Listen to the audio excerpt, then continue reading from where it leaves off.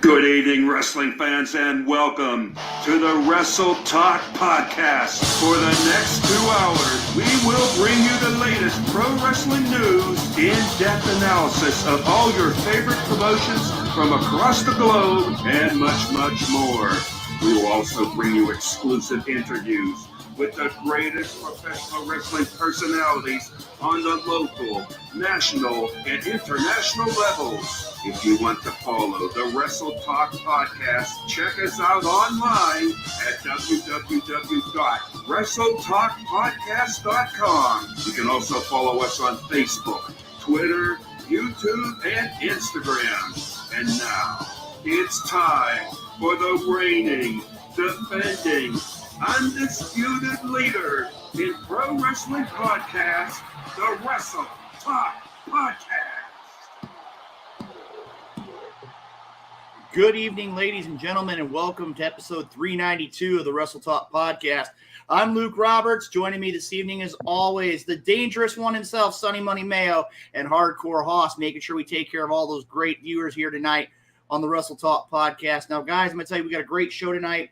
We got Joey Farrell, who's going to be talking about St. Louis versus the World at 7:30, and at 8:15, we're going to have a man who knows a lot about the Midwest Independent Wrestling Hall of Fame, longtime representative and now inductee into the Hall of Fame, Xavier at 8:15. Now, gentlemen, before we get started tonight, I've got to tell you, this is one of those that I really wish I didn't have to talk about, but I feel that we, as a Wrestle Talk family, need to talk about. As many of you are well aware, last week we were supposed to be joined due to technical issues beyond our control. We were not able to be joined with a man who's known throughout the wrestling world by the name of Carl Lauer.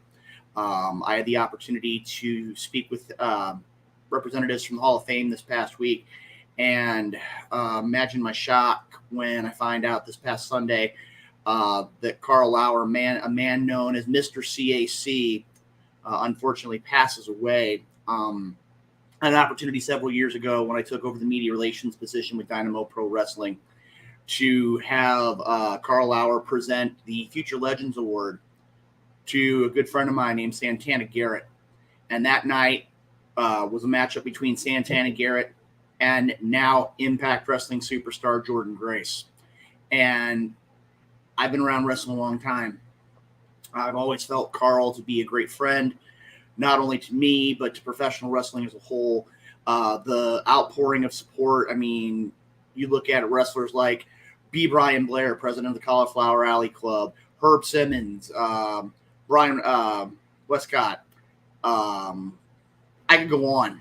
There were countless people. Scrap Iron Adam Pierce was another one that brought information forward. All I got to say, ladies and gentlemen, is a great man. Did a lot of great things, and he will be missed in the wrestling community. I want to thank our friends over at the Midwest Independent Wrestling Hall of Fame who were able to put together a very brief tribute to Carl Lauer. So at this time, if you would please grant us the opportunity to reflect on the life of Mr. Carl Lauer, the man known as Mr. CAC.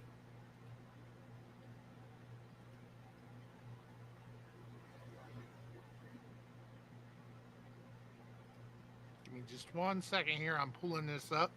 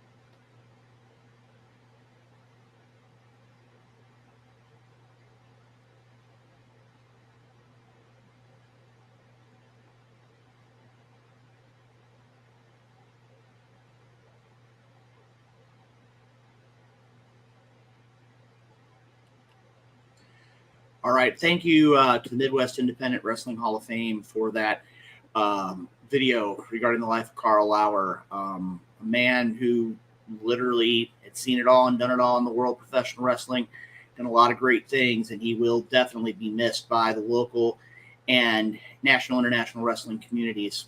I will tell you, he is one of the inductees this year for the 2022 Midwest Independent Wrestling Hall of Fame. And it's going to be a fitting opportunity to recognize the man who gave so much for professional wrestling. Sonny, do you have any thoughts about Mr. Lauer before we get started tonight? I'll be honest here with you, Flywalker. And I love professional wrestling and all the history behind it. And unfortunately, I wasn't too familiar with Mr. Lauer. I know he was supposed to be joining us as a guest just before his untimely passing, but all the emotions and love and support that I've seen him receive since his passing, not only from the St. Louis community, but all around respected independent professional wrestlers that I look up to, getting online and, making Facebook posts, Twitter posts, so on and so forth. I could tell that it was definitely a tragic loss. Again, not only for the St. Louis community, but just professional wrestling in general. So I would like to send my sincere apologies, condolences, prayers, and love to his immediate family and also all of his friends and family who've been affected by this situation. And again, thank you, Haas, for bringing that up here. Dynamo Pro referee Christopher Miles mentioning the idea of only having the opportunity to meet Mr. Lauer once and having really knowing him as a great man. Haas, I know that you are from the West Virginia area. Do you have any thoughts about Mr. Lauer here this evening before we get things started? Honestly, I had just started learning about him just before he was supposed to come on the show. So it's very unfortunate that we weren't able to get him on. I was looking forward to learning more about him, but things happen. And so I honestly didn't know a lot about him, but I do know that he was a big part in the wrestling world, and I can tell by the comments that are coming in and everything that he was very well respected and that he is going to be missed. So my thoughts and prayers go out to his family and everybody for his loss. Yeah. And like I said, again, I want to thank the Midwest Independent Wrestling Hall of Fame for putting together that brief video package to highlight and commemorate the life of Karl Lauer, passing away this past weekend. At this point, ladies and gentlemen, we're going to go ahead and get things started here now. We know that this is the way wrestling is. And gentlemen, I got to tell you, we've taken care of a lot of stuff already tonight, but I think it's time that we go through a few things before we get things started. We know Sonny's drinking his cup of coffee. He's ready to go. He's going to be full of energy all night long. Oh, yeah. Let's go ahead and throw up those sponsors here real quick, those great businesses that help out the Wrestle Talk podcast each and every week right here on the program. We're going to go ahead and throw those up here for those that are viewing the program here this evening. We have Everything Combat, Kincaid Arcade, Esports Bar Kansas City, our good friends over at Interstate 70 Sports Media, Royals Mills Transportation, Painter Stream Productions, the host of our great Wrestle Talk podcast webpage, Rathbun Engraving, Me Fiesta KC Party Rentals, Noblemen's Barber Lounge in Kansas City. Make it a point, check out Pete the Barber. I'm already getting my plan scheduled here to go see Pete the Barber sooner rather than later. And we'll also have to say thank you to the FWWC, the Fantasy Wrestling Worldwide Chapter. Now, I got to tell you guys, I know we talk about it every week, but it's now a proven scientific fact. And I know, Hosh, you've got your mug right there near you, as you always do each and every week. I have heard from great scientific resources that with Rathbun Engravings, Wrestle Talk Podcast mug, which you can get for $20, available if you contact the Wrestle Talk Podcast website through social media. I've heard that not only does it keep your cold items cold, but I've also heard rumor that they're working on a way to make sure we keep the hot things hot but not burn your hand.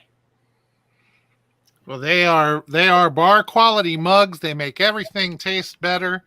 You know, even Sonny's coffee would taste better coming out of one of these mugs, I tell you.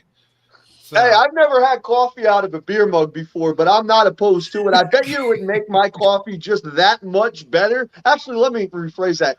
I know it would make my coffee taste that much better because it's coming out of a Wrestle Talk podcast mug. Trust me, gentlemen, trust me. Night Owl has gave me plenty of Masato Tanaka elbows, Jerry the King Lawler pile drivers, and Jake the Snake Roberts DDTs because I have not got my mug yet. But it's for very good reason, and I will share that with you guys soon, just not tonight. All right. Well, ladies and gentlemen, we're going to go ahead and get things started here. And I know you've got it taken care of over there, Haas, as we do each and every week right here on the Wrestle Talk podcast. We make it a point that we recognize the greatest country in the world. So, Hardcore Haas, I'm sending it to you to get us started tonight right here on episode 392. at this time, if you would please remove your hats, place your hands over your hearts, and pay homage to the best country in the world, and that is America.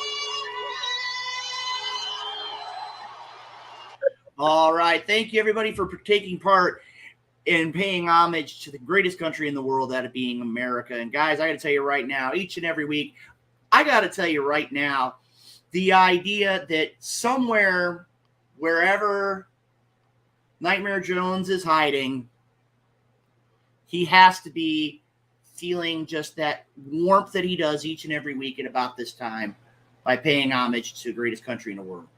Brings a tear to his eye every time. That is true, gentlemen. That is very much true. I'm going to tell you right now here, we've got a lot of things to take care of here tonight. We've got a lot of things in the world of professional wrestling. Before we go to high spots, I want to give you a reminder that this coming Sunday, we have the Midwest Independent Hall of Fame, which is going to be held in Pacific, Missouri. And I'll tell you right now, we got a lot of great inductees this year. As a matter of fact, I told a friend of mine I'd have this. I just got my brand new Lumberjacks for Life t-shirt, which is one of our Hall of Fame inductees this year. And you see, they're worldwide here as Hardcore Haas is taking care of things here. He has his Lumberjacks for Life t-shirt out there in West Virginia. Yeah, who knows? You might see the Lumberjacks in WDWA somewhere down the road. You might see them. You might see them East Coast, West Coast. You might even see them WCWC. There's a lot of places that you can see the Lumberjacks, but again, you're going to see them this Sunday at the Midwest Independent Wrestling Hall of Fame. Guys, I got to tell you, now that we got all that stuff taken care of, we got a lot to talk about wrestling. So, Hardcore Haas, let's go ahead and hit that high spot segment. We got a lot to talk about right here tonight on episode 392. Mic check, mic check. Yeah. All right. Wrestle Talk Podcast.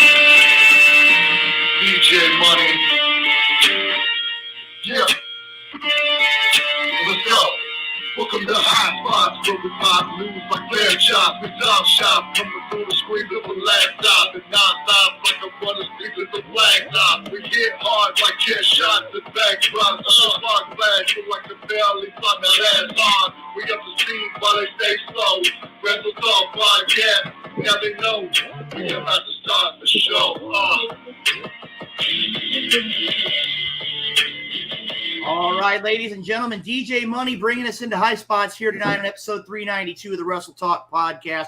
Sonny Money, I got to tell you right now, when we had our meeting to get prepped for tonight's show, you had information, you had knowledge, you're bringing all that important info. I'm going to tell you right now, I'm sending it to you. You got the first one coming up here tonight on the high spot segment. It's all yours, buddy. Oh, man. Well, Mr. Roberts, thank you so much, Flywalker. I mean, that's so nice of you, man. Hoss, go ahead, throw it on the screen. Which one you going to start me with here, buddy? I'm ready for either one. I know I threw 2 topics in there, something that I'm passionate about on each one. That's the one. That's the one. That's the one. Is AEW becoming WCW? Ooh, I'm going to piss off a lot of people with this one. How dare you say that about AEW? Don't you talk down about AEW like that. Listen, calm down, calm down, calm down. I'm not talking bad about AEW. I'm just asking a valid question. And the reason I asked that question is, I'm sitting there thinking about it, and there has been so many WWE superstars who made the leap over to be all elite. And they show up for a week or two. They're the hottest thing we're talking about here on Twitter land and Face Space and all that. And then that's it. Vamoosh. Where'd they go? We can go through the whole list. Rusev and Christian and so on and so forth. But Tony Khan, the more he shows up on AEW TV, in which in the beginning he didn't show up at all. And now it seems like more and more often, hey, I got an announcement. Hey, I got an announcement. Hey, I got an announcement. It's very Eric Bischoff-esque 1997, 1998 in the heyday of WCW. So, Luke Roberts, I'm asking you that question now, buddy. What do you think? Do you think AEW is becoming WCW in those retrospects I just presented to you? Well, first of all, I was surprised you didn't talk about the Undisputed Elite. I figured you were going to go there too. Yeah. But, there was a reason why, and I knew this was here as we bring up the question, is AEW becoming WCW? There's a connection. Shirt I'm wearing right now. New Japan Pro Wrestling. Absolutely. WCW had a working agreement for several years with New Japan Pro Wrestling. Yep. AEW is now in a working arrangement for the Forbidden Door, which I believe is on June 26th in Chicago. Do I see a lot of similarities between the two? Yeah, most definitely. And some of you right on point. But there's a problem here. I do feel that they are still giving a large quantity of wrestlers who haven't had an opportunity the chance to shine. Wrestlers like an MJF, like a Jungle Boy, like a Sammy Guevara, like a Britt Baker DMD. Sorry, Dr. Britt Baker DMD. I want to make sure I get that correct. But you got to understand something, though, too. I can see where you're coming from. And I want to throw another one at you. 2000, 2001. When you start seeing wrestlers like a young, extremely young, AJ Styles. Yep. Among others, Kid Romeo. Yep. Primetime Alex Skipper, who are being brought in right at the tail end of WCW. My honest opinion, is AEW becoming WCW? I'm going to say no, but I will agree with you in the fact, but there are a lot of things here that are very similar. And I just hope that they can keep things going, whether it's things like the Forbidden Door or the surprises are always good. I mean, I'm personally a fan of the Blackpool Combat Club. I think that's a great combination itself. But I am also Flywalker. That's one of the better things that AEW has done in the past year or so, just in my opinion as a fan. And the other thing I'm really interested in, and I'm thankful that I think you and I were thinking alike. We didn't talk in the meeting prior to the show tonight. That shirt you're wearing, the Owen Hart shirt, talking about the Owen Hart tournaments. I think that's another great idea, paying tribute to one of the greatest wrestlers of the 90s, hands down. Yep. King of Hearts, Owen Hart. Hoss, we're going to throw it to you. You got one kind of on both sides here.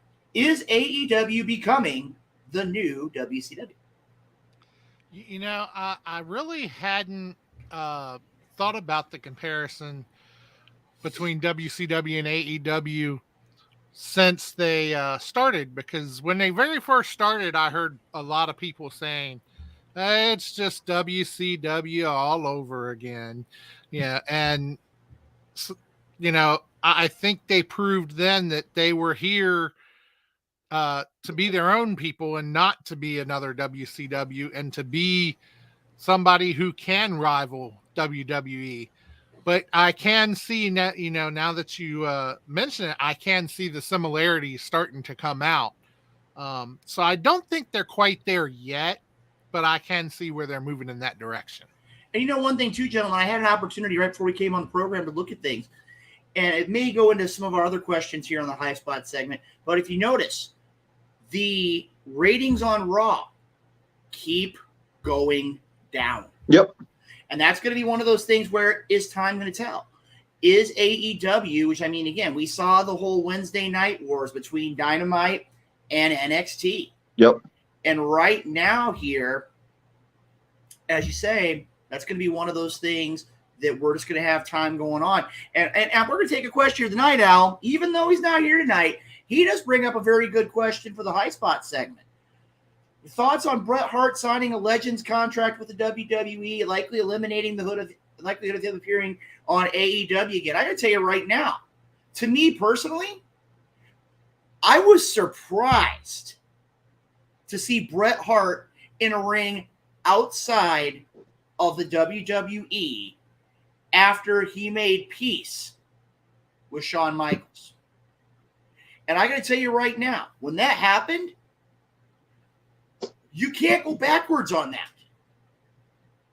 And that's one of the things to look at. To me, I don't see Bret Hart I don't see Bret going anywhere else now.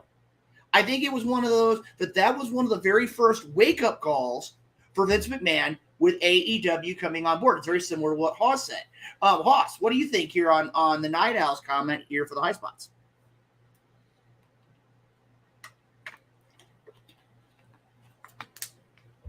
We can't hear you, Haas. There we go. How about there that? you go. That works. Okay. It's that damn Tony Khan. He didn't want you speaking on Bret Hart going back to WWE. That's what it was. But yeah, I think it was very smart of Vince to sew him up so that way he cannot appear on AEW again. Because that's a big boost for AEW to have people like Bret Hart coming over and appearing. Right. So it's a very smart thing for Vince to do. Now, is it really advantageous at the same time? I don't know how advantageous it really is for the WWE if he's not going to be used, on a regular basis on TV or anything of that nature.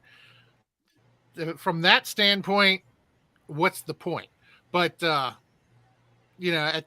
like I say, it is a smart thing to try to keep him out of other places like AEW because that will boost their ratings over WWE if they use him. Okay, Sonny Money, I got to tell you, you seem quite energetic here. Yeah, man. I'm gonna go ahead and leave it to you because I know you got some commentary here. And hold on here. Well, you gotta throw that up here. I know Road Dogg's been here tonight, and he's talking about AEW and how Vince is putting things here. You got to throw the one up here from Night Owl. I got to say, this is probably one of the ones I've seen in quite a while. Tony Khan makes an announcement about a forthcoming announcement about an announcement he'll soon be announcing. Again, that kind of goes with what we're talking about here, right here tonight on the Wrestle Talk podcast. I got to tell you, Money, it's all yours. Yeah, good job on that announcement about the announcement with the announcement there, Night Owl. Good job about that. But yes. Hey, frustrated as all hell. And I too want to touch a little bit more on that AEW becoming WCW thing. I got to close an argument on that. But on Bret Hart reportedly signing a Legends contract to go back to WWE. Why? Why, Bret? Do you need more money? I think you're making enough money off of appearances and so on and so forth. Why? What did WWE get in your ear about? There's no reason you should have went back to WWE, Hitman. None. Because they're going to shelf you. They're not going to do nothing. That's the kudos to AEW. Kudos to AEW for rolling Tully Blanchard out there each and every week. Kudos to AEW for rolling Arn Anderson out there. Showcasing the legends. Showcasing them. Not making them main part of the show, but definitely making them a manager. I know you, Flywalker, and I know you, Hoss, that you guys would be ecstatic if Bret Hart was the manager of FTR and he was on AEW TV 2 times a month. Because that's where it was going to lead. And I think Vince and Shane and Bruce Pritchard and everybody over there in Stanford land knew that's what was going to happen because of Twitter land and Facebook and so on and so forth. They seen that Brett was about to appear at an independent show and he was going to be the manager against Brock Anderson with Arn Anderson in their corner. And Vince said, nope, we're not doing it with Brett. We're not doing it with Brett. So that it's so frustrating because I'm such a Hitman mark. Like probably my top five of all time ever is Bret the Hitman Hart. So I would have absolutely loved to see him as a manager or any type of role that I knew AEW was going to use him correctly as compared to WWE not using him correctly. So, oh well, hopefully we see Hitman on WWE TV, at the Raw 30th Anniversary Legends Throwback 19 or whatever the hell it is they do. You know something, Sonny? I'm going to say it simply. We've been on the program now for 27 minutes, and the Twitter machine is blowing up because of your commentary. I mean, again, that's one of the reasons why we have him here on the Wrestle Talk podcast, because he always brings the information here each and every time he's on the program. Now, in just a few minutes, we are going to have Joey O'Farrell from St. Louis versus the World. It's going to be on the program here in just a couple minutes. We do have time for one more question. And, Hoss, I want to go ahead and throw one of mine up from our roundtable discussion we had earlier on today. Let's go ahead here and see which one he's going to throw. I had a lot of good ones, too, here this week. Spin the wheel. Where does it stop? Only Hoss knows. Only Hoss knows.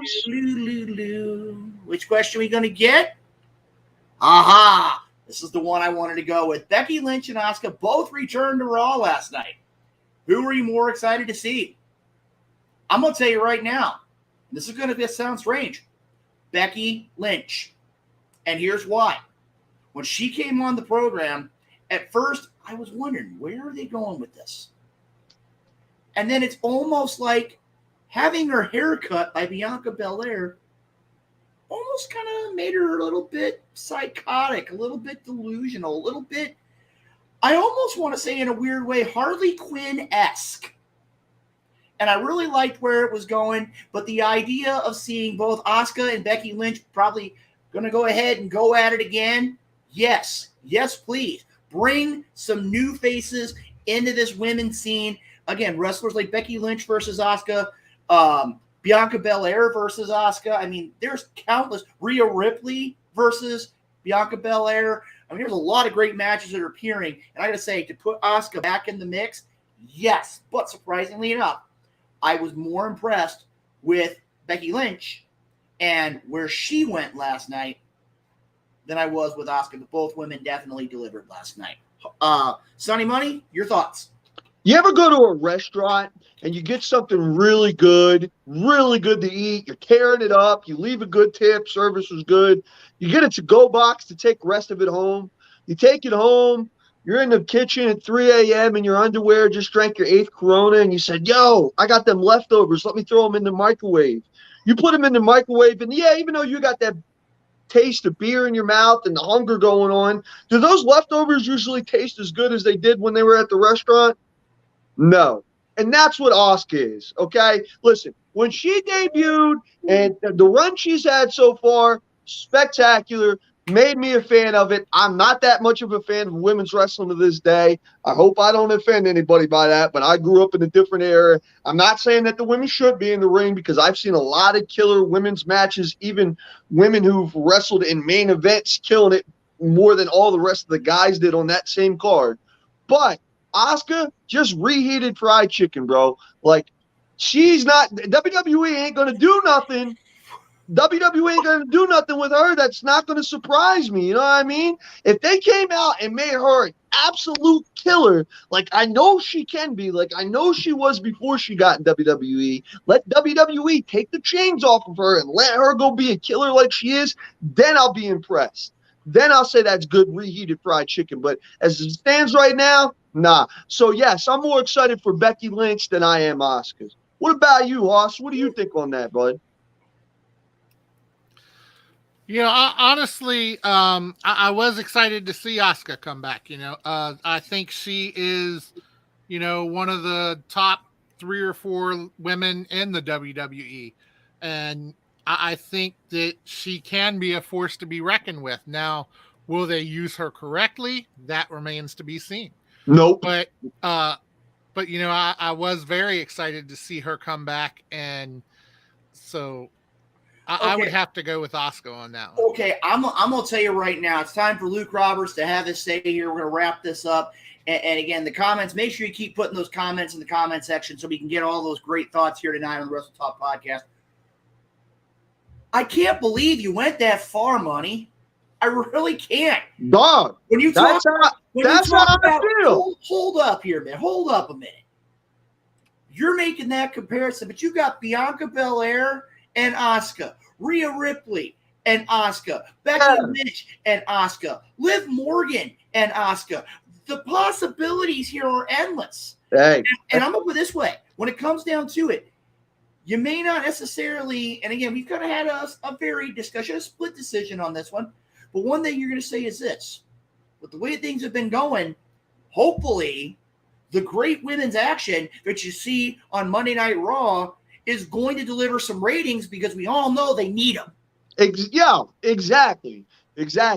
And listen, I don't play that AEW. I'm straight AEW fanboy, or I'm a straight W. I don't play that. I love all wrestling. I love deathmatch wrestling. I love midget wrestling. I love wrestling. I love professional wrestling. But I will say, I'll give them their due. When it comes to in-ring so far in 2022, AEW's been killing it on WWE, both in the men's and in the women's division. AEW's been killing it, bro. So I hope women step up. I hope Rhea Ripley would probably be the exception on that. But all the other women, I hope they step up in WWE. I hope they get them ratings up because them women are kicking ass in the ring. But I just don't see it, Flywalker. I'm sorry to say it, buddy. All right. Well, like I said, that's why we have such a great time here on the Wrestle Talk podcast. 3 completely different points of view here on the High Spot segment. Nice way to end it up. And I'm going to tell you right now here, I do believe, as Hardcore Hoss said a minute ago, with a head nod, that our first guest has joined us, if I'm not mistaken. Am I correct, Hoss? I got a head nod, so we're good.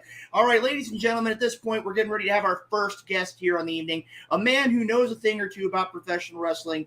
He spent a lot of time in the world of concert promoting, spent some time in a position with World Wrestling Entertainment.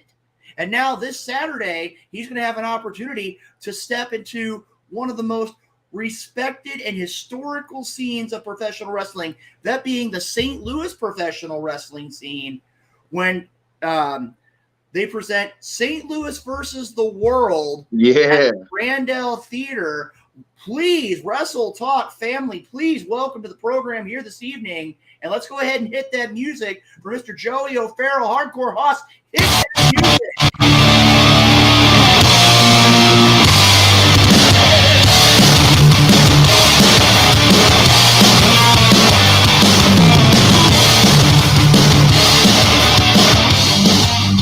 All right, Joey, welcome to the Wrestle Talk podcast. I'm going to tell you right now, your interview, there's been a lot of people waiting to hear from you. I want to say, first of all, for myself and Sonny Money, welcome to the Wrestle Talk podcast. Man, that was quite the introduction. Can you guys hear me okay?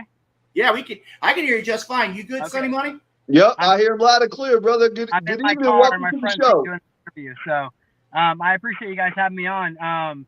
Yeah, let's talk some wrestling. Let's do this.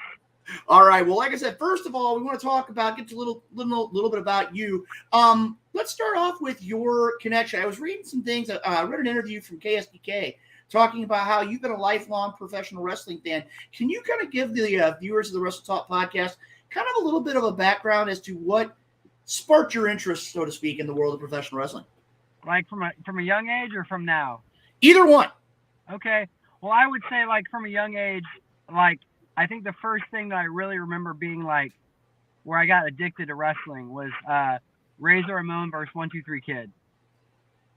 That whole angle just kind of got me in. And then when Razor Ramon became Intercontinental Champion, when he beat Rick Martel, I was just like, I was in. And then I got out of it for about 6 months to a year. And I go over to my aunt's house, and her boyfriend has these tapes. And it's like WCW 96, like early 96. And there's this match with Dean Malenko and Rey Mysterio. And I watched the guy put Rey on his shoulders on the top rope, throw him off, and have him land on his knee. And it was called the Gut Buster. And I pretty much from then on, and then obviously like I was a big Sting mark, a big Bret Hart mark, the NWO, Goldberg, all that stuff I was in. Well, I can tell you right now, it seems like you and I are mirroring a lot of things here. I mean, I had a lot of people, and again, you can't tell it now because the idea that I've gotten older and I've gotten a little bit heavier in my career. But a lot of people likened when I was in the ring to the 1, 2, 3 Kid. But seeing wrestlers like that, seeing matches like WrestleMania 10, not just the famed ladder match, but seeing matches like Bret versus Owen. Yeah. And then going into the cruiserweight time period, talking about wrestlers like Jushin Thunder Liger and Ultimo Dragon and wrestlers like that made the cruiserweight division so important. You know, it's funny when you talk about WrestleMania 10, and obviously what a great ladder match, historic. It was the first real popular ladder match. Obviously there were others before that, but it was kind of like the first mainstream ladder match. But I'll tell you, I think Bret and Owen stole the show in that WrestleMania. That, for my money, one of the best matches I've ever seen. I could agree with you 100%. There's a lot of good matches I've had the opportunity of seeing, but at the time, that one was good. I was a huge fan of matches like I think that the one with Bret Hart versus Shawn Michaels, the Iron Man match, being able to go an hour plus in a contemporary setting was another one to definitely put things forward. Now, let's go ahead and change things up here. You've grown up a little bit. You're now starting your adult life, and you spend time in the world of professional music. Now, I'm going to tell you, a lot of people mirror professional wrestling and professional music. It's like they kind of connect together. Yeah. Can you give us a little bit about your time in the world of professional music? Yeah, so I started when I was really young. It's kind of a crazy story. I'll try and keep it short. But it's kind of like I've had a few people approach me about doing a documentary about it. So I grew up in what's called Farmington, Missouri. It's about an hour and a half from here, from St. Louis. And I worked at this little pizzeria, and there was a show there every year, a concert there every year. And they had like this little patio outside. And I worked, and I was like, why don't I book the show? Why don't I do it? So I did a show. Then the next year, I think I was 18. I booked another show. And then out of nowhere, agents start calling me, and they're like, hey, can we book a show in Farmington? And I'm like, okay. And before you know it, I was booking bands, up-and-coming bands like, a band called Fall Out Boy, a band called Silverstein, Under Oath, Spitalfield, Hopes Fall, and this little tiny pizzeria in the middle of nowhere, Farmington, Missouri. And like, we'd have 300-400 kids come out. And that's kind of how I got my name out. And then I went on tour with a band from St. Louis called Calico System. I don't know if you've ever heard of Calico System or not. And just from that, like, I kind of got started because I went on tour with them, and another band saw me and how hard I worked. So I ended up going on tour with another band. And then I went on tour with a band called Dead Poetic and Under Oath and Norma Jean and Spitalfield and all these bands. So I toured for a while, and I got a job in St. Louis working for a company, basically like running all their shows everywhere in St. Louis. So sometimes we'd have 2 shows a night. I was like 21, almost 22. Like, I don't think I was about 14. I have no idea how I got the job, but I was stoked to do it. I did that for about 14 years, and I got really burnt out. I needed something different. And I've been a big wrestling fan, obviously, like I said, all my life, but I got really back into it in about 05. I would say SummerSlam. I guess the SummerSlam 06, was that the Shawn Michaels Hogan one? Right? That sounds in the right ballpark. Yep. Yeah. Yep. And like basically from then on, I was just like back into it. And a buddy of mine was like, "Hey, my friend works for WWE. They need some people to come in and like go on the road and like do the VIPs with the wrestlers." And I was like, "That sounds awesome, right up my alley." So I went and did that. Met a lot of great people. I was there for about a year. Had a great time. Came back, and now I do a lot of production for like big arena shows. Like, so I'll be the guy that kind of comes in at the shows like Enterprise Arena or like the Dome, and I'll make sure everything's taken care of. Everyone's got everything they need. Like, if someone has questions about, whatever. Sometimes I do catering, a lot of catering stuff for like big arena shows like that. But yeah, that's kind of what I do now. And the wrestling thing, I don't want to get too ahead of myself, but do you want me to kind of go into how I got involved in doing this event in general? Well, I think right now what we're going to do here, and I mean, again, you touched on it a little bit. I'm going to turn things over to a broadcast colleague here in just a minute. You talk about professional wrestling. You talk about your time with the WWE. Now, I'm not going to fib you, Joey. I've been around professional wrestling, much like you've been around all the things you've been. Like I said, I was involved. My first time in pro wrestling was the age of 10. I was doing sound back behind the stage, behind the announcers, things along those lines. But I've never, in all my years of being around professional wrestling, I've never heard of the position of a WWE VIP. And I know they talked about that in your interview. Can you share with the viewers of the podcast what your job entailed? And then I'm going to go ahead and turn things over to my broadcast colleague here. So WWE basically makes a good amount of money on people buying what are called VIP tickets. So basically what you get with that is you get one of the chairs, and these are only for house shows. So like they do 3 house shows a week. So whether it be SmackDown or Raw, they'll do 3 house shows a week, and you'll be on that trip. So you'll go in for each house show. The fan will get a chair, a front row seat, and then you'll get to meet 3 wrestlers, get pictures in front of the ring, all that stuff. So basically, I was just in charge of running that, making sure when I got to the venue, I walked through the venue with everybody, made sure that like I knew where all the dressing rooms were, where my room was going to be, where I could take the fans without getting in front of the talent. And I would go meet with the talent, kind of let them know what's going on, what they're about to do. If somebody wasn't around, I had to grab somebody else and say, "Hey, you're coming with me. You're gonna do a VIP today." So it was definitely like really cool because I worked directly with the talent, and I got to meet some really, really cool people. I mean, I met everybody that worked for that company. I worked with all of them. So it was a great year, man. And I had such a blast, and I still have a great relationship with WWE. Obviously, right before COVID hit, they weren't doing as many house shows, so they didn't need me as often. And then COVID happened, and they kind of all went away. But yeah, that's kind of what my job entailed. Okay. And again, that's one of those I want to make sure as a part of the Wrestle Talk podcast, we always try to take a little bit of different looks at the world of professional wrestling. And now at this point, Sonny Money, and I got to let you in on a little secret, Joey. We normally every Monday we'll sit down and have kind of like a pre-planning meeting. This guy right here, Sonny Money Mayo, was literally chomping at the bit. We talked about everything going on, but when we talked about this interview with having you on the program, this man, his energy level, he's already high energy as is, but I've never seen him get that much more amped up. So I'm going to turn it over to him before he explodes. Let's do it. So I'm going to turn it over to Sonny Money. Money, go ahead and take it away. Nah, Flywalker, thank you so much, bro. Joey, welcome to Wrestle Talk Podcast, man. I'm so happy to have you on here, dog. I really am. So the first thing I laid eyes on was this dope poster, bro, for Live at the Grandel Theater, Grandel Wrestling, St. Louis versus the World. Hey, my guy in the background. Yeah, there it is right there. Look at that thing, bro. That looks so dope.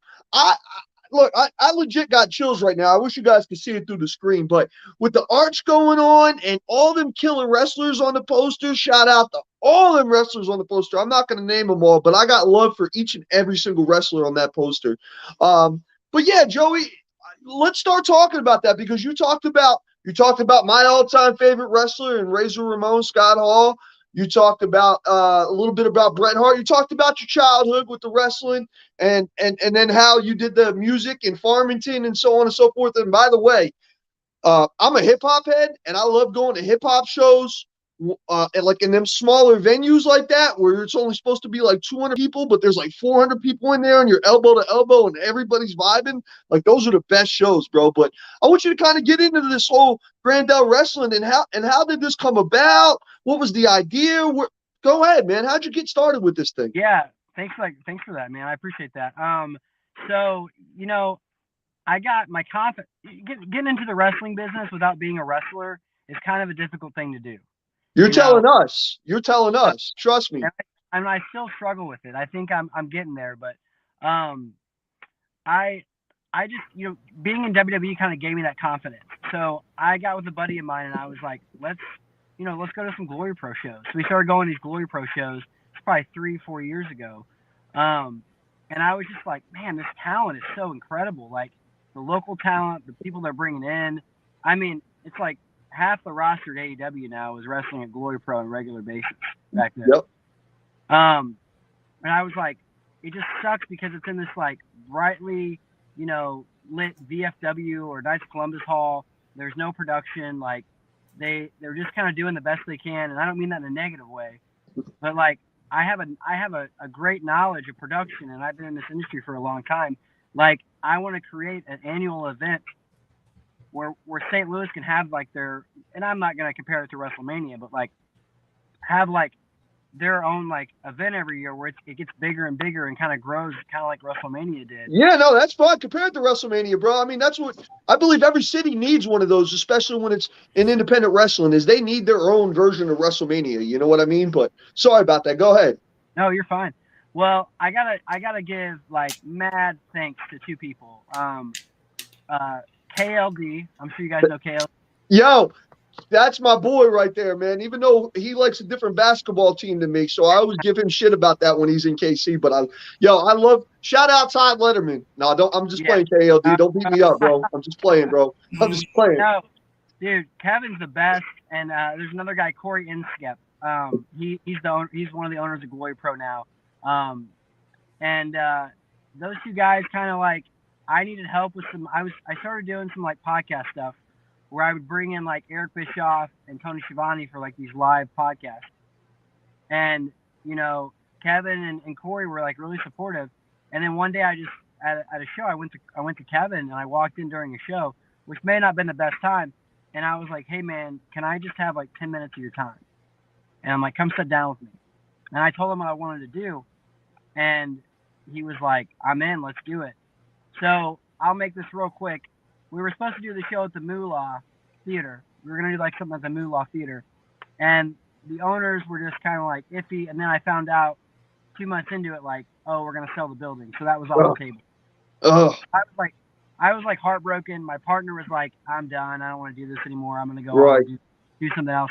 Which my partner, it's funny because my partner went on to be the branding manager for Pabst Blue Ribbon, and he was the one that did all the Matt Cardona stuff, all the GCW things. Yeah, really cool stuff. But I was devastated. I was like, what am I gonna do? And my buddy's like, man, don't give up. Like you need to do this. Like there's this place called the Grandel Theater, and it's like kind of like a hidden gem. Like, have you guys ever been there before? I've had opportunities to see photos of it. Really, like you said, is a kind of a hidden gem here in the St. Louis area. I think not to get ahead of myself, but I think when people walk into this place, they're gonna be like, what the hell? Like in a good way, like, oh my God, this is incredible. And obviously, like anytime you go into a venue like this, where they mostly hold like, like small concerts or like plays, like huge plays. You don't think they're going to be open to doing wrestling. So I went there, I met with them, and they were just so over the moon about doing this with me. And at first it was going to be a Glory Pro kind of event. And then COVID happened and we had a whole card book and we had to get rid of it, scratch it. And my buddy Ben Simon, you guys know Ben Simon? We know Ben Simon. Shout out Ben Simon. He's part of the Wrestle Talk podcast family for sure. So Ben Simon is one of the most underrated people in wrestling. Yep. Man, the guy is just incredible. And I was like, Ben, I gotta keep my brand alive. I gotta find some way to like keep this going. Let's do a podcast. And you're gonna be the host, I'll be the producer, and like we'll just get whoever we can to come on, and hopefully it'll catch on. And just not because I wanted to like be a podcast host, but I was like, this is a great way to kind of keep our brand alive. And when we come to doing the show in a year or two, because we had no idea back then when it was gonna happen, we'll be ready. Like people will still like have us in their mind. And it kind of grew into its own thing, and then it became a video podcast where we just interview wrestlers. And we've interviewed everybody from Scott Steiner to Dan Housen to Josh Alexander, so on and so forth. Everybody local. It's really great. And Ben's just awesome, and he kind of helped me just keep the brand alive. So we got the date. Everything's ready to go. And what were your guys' next questions? Well, go ahead, Monty. Well, I want to talk a little bit more about the card, bro, because this is, hey, For real, like, I'm not blowing smoke. I'm not being hyped just because you're here in front of me on camera. Once I get off a Wrestle Talk podcast tonight, I'm gonna go and lay in bed next to my wife, and I'm gonna be in her ear like, "Yo, St. Louis wrestling, Grandel wrestling is about to." She's gonna fucking hit me with the elbow and tell me to shut up and go to bed. But no, I want to continue to keep talking about this upcoming show. There's a lot of good matches coming up. Yeah, a lot of good matches on this card, bro. Yo, Hoss, I don't know if you hear me back there in the backstage area, bro, but if you got one of the posters ready, we got the posters of all the matches on the card, and like, I want to talk about every single match. I don't know if we've got enough time, Flywalker. I don't want to get in trouble. We're still rolling, man. We got plenty of time. We're here with Joey O'Farrell. We're talking about St. Louis versus the World. And like you said, there are a ton of great matches. Now, I'm going to tell you right now, Sonny, there were a couple of them that have recently just been announced. There's one that I'm going to kind of hold out and see if you and I are thinking along the same lines. There's a couple of them that really intrigue me as well from the long-standing history that I've had. So at this point, Hardcore Hoss, are you there to be able to put up one of those graphics so we can talk about some of the matches that we'll be seeing this Saturday night? St. Louis versus the World, the Grandel Theater. And I wonder where Hardcore. There we go. There we go. Yeah, baby. Sonny Money, it's all yours. Yeah, man. Yo, so one of these matches here, this is something that I'm really, really interested in, and that's Dan the Dad versus the last real man, Silas Young. Now, before I get even into that match, I'm going to give a little personal shout out to Silas Young. I don't see how that dude has not signed a national contract, national TV, been on Monday nights, Thursday nights, anything like that, because Silas Young is a freaking killer, bro. Freaking killer. So talk to us a little bit about that match, Joey. I mean, what do you think about Dan the Dad and Silas Young? How did you come up with that? How did you guys come up with that? What do you think about that matchup? Sure. So Silas Young was the first guy booked in this whole show on this new card. I've been a Silas fan for probably 10 years.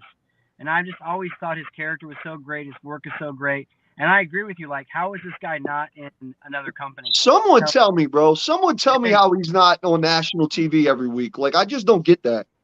And when I went to book him, I couldn't believe how reasonable he was about everything, and just how nice of a guy he was. But, you know, and Dan's really got his character down. Like, he's really got this character down, and he's doing great things with it. And his in-ring work is fantastic.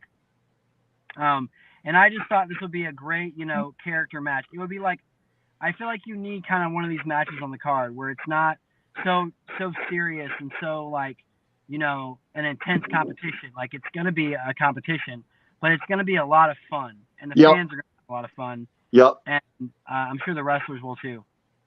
And you know, and just in my personal belief, and everybody's got their own opinion, and everybody likes a certain type of wrestling. I had that rant at the beginning of this podcast. I think I talk about it every single time I host. You know, I'm a fan of deathmatch wrestling. I even intrigue in midget wrestling. I like all sorts of professional wrestling.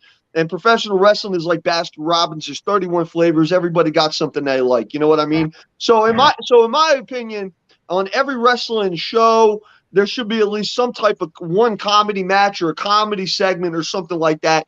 Because wrestling is supposed to be fun. You know what I mean? Some people get into this thing and they make it so damn serious, and they get, you know, calling me a Mark. Yeah, I'm a Mark. I am a Mark. I'm a fan of the wrestling shit, just like you were. That's why you're in it. You know what I mean? So, but big shout out to Dan the Dad, man. I keep up with him. Unfortunately, we don't get him enough in Kansas City live, but hardcore wrestling fans in Kansas City like myself definitely know who Dan the Dad is, and he is absolutely killing it. I seen he just teamed up with Danhausen last weekend, so yo, that was super dope.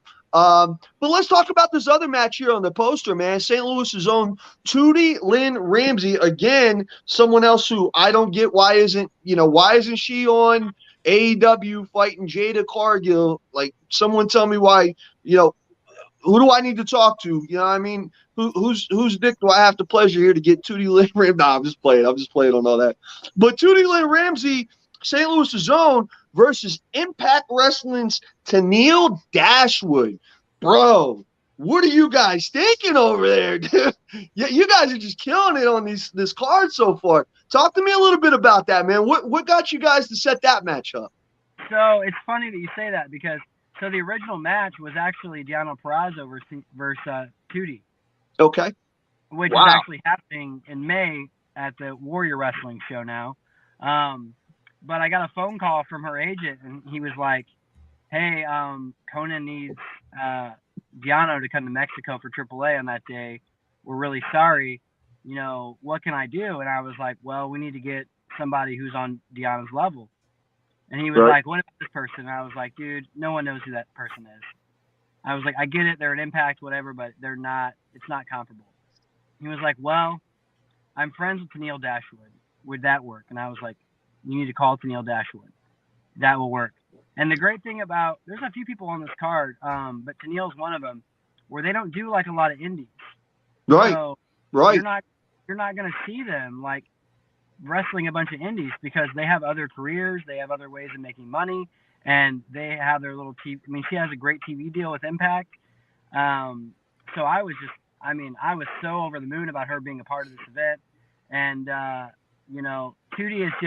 Tootie is the hometown hero right now. Yeah, she is, bro. Yeah, she is. I've been lucky enough to see her not only wrestle in St. Louis, but I've been really lucky that she's came down to Kansas City a couple times, and people of Kansas City even know her name. And I was watching her 2 or 3 years ago, and the improvement that I see her continue to make every time she steps into the ring is amazing. So again, not blowing smoke up her backside, but I personally believe she should be in the women's division on national TV somewhere. But let's keep it going with this card, bro. I'm laughing because I can't believe that you guys are putting on this fire of a card. Listen, I've already been to like 3 wrestling shows in the month of April. Now, I don't know if you know this. I'm a married man with 4 kids, and I work 60 hours a week. Wrestling is my passion and hobby.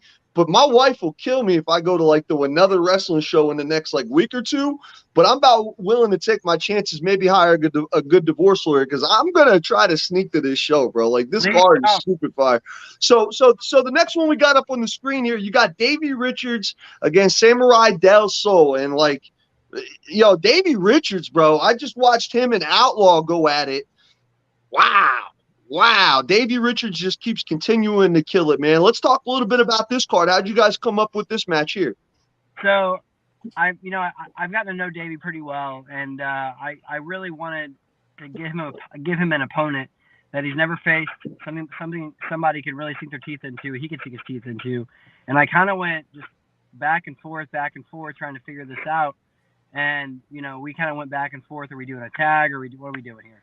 So it kind of was like, all right, what are my options here? And, Samurai Del Sol, formerly Kalisto, he's another guy who doesn't do a lot of indies. He doesn't really do any indies. And I had a connection through WWE to get a hold of him, and then I knew his agent as well. And I kind of had him make 2 phone calls, and I talked to him, and come to find out, and this is a great thing that I kind of wanted to mention about all the talent, but come to find out, Kalisto, Samurai Del Sol, had trained with Davey in California. They really? Know each other really well, and he was like, I've never gotten to wrestle Davey at a big show. I really would love that. So we worked out all the details and got it set up, and I'm really, really excited about this match. I think a lot of people kind of slept on Samurai Del Sol, and they kind of, he hasn't been around for a minute, and people kind of forgot.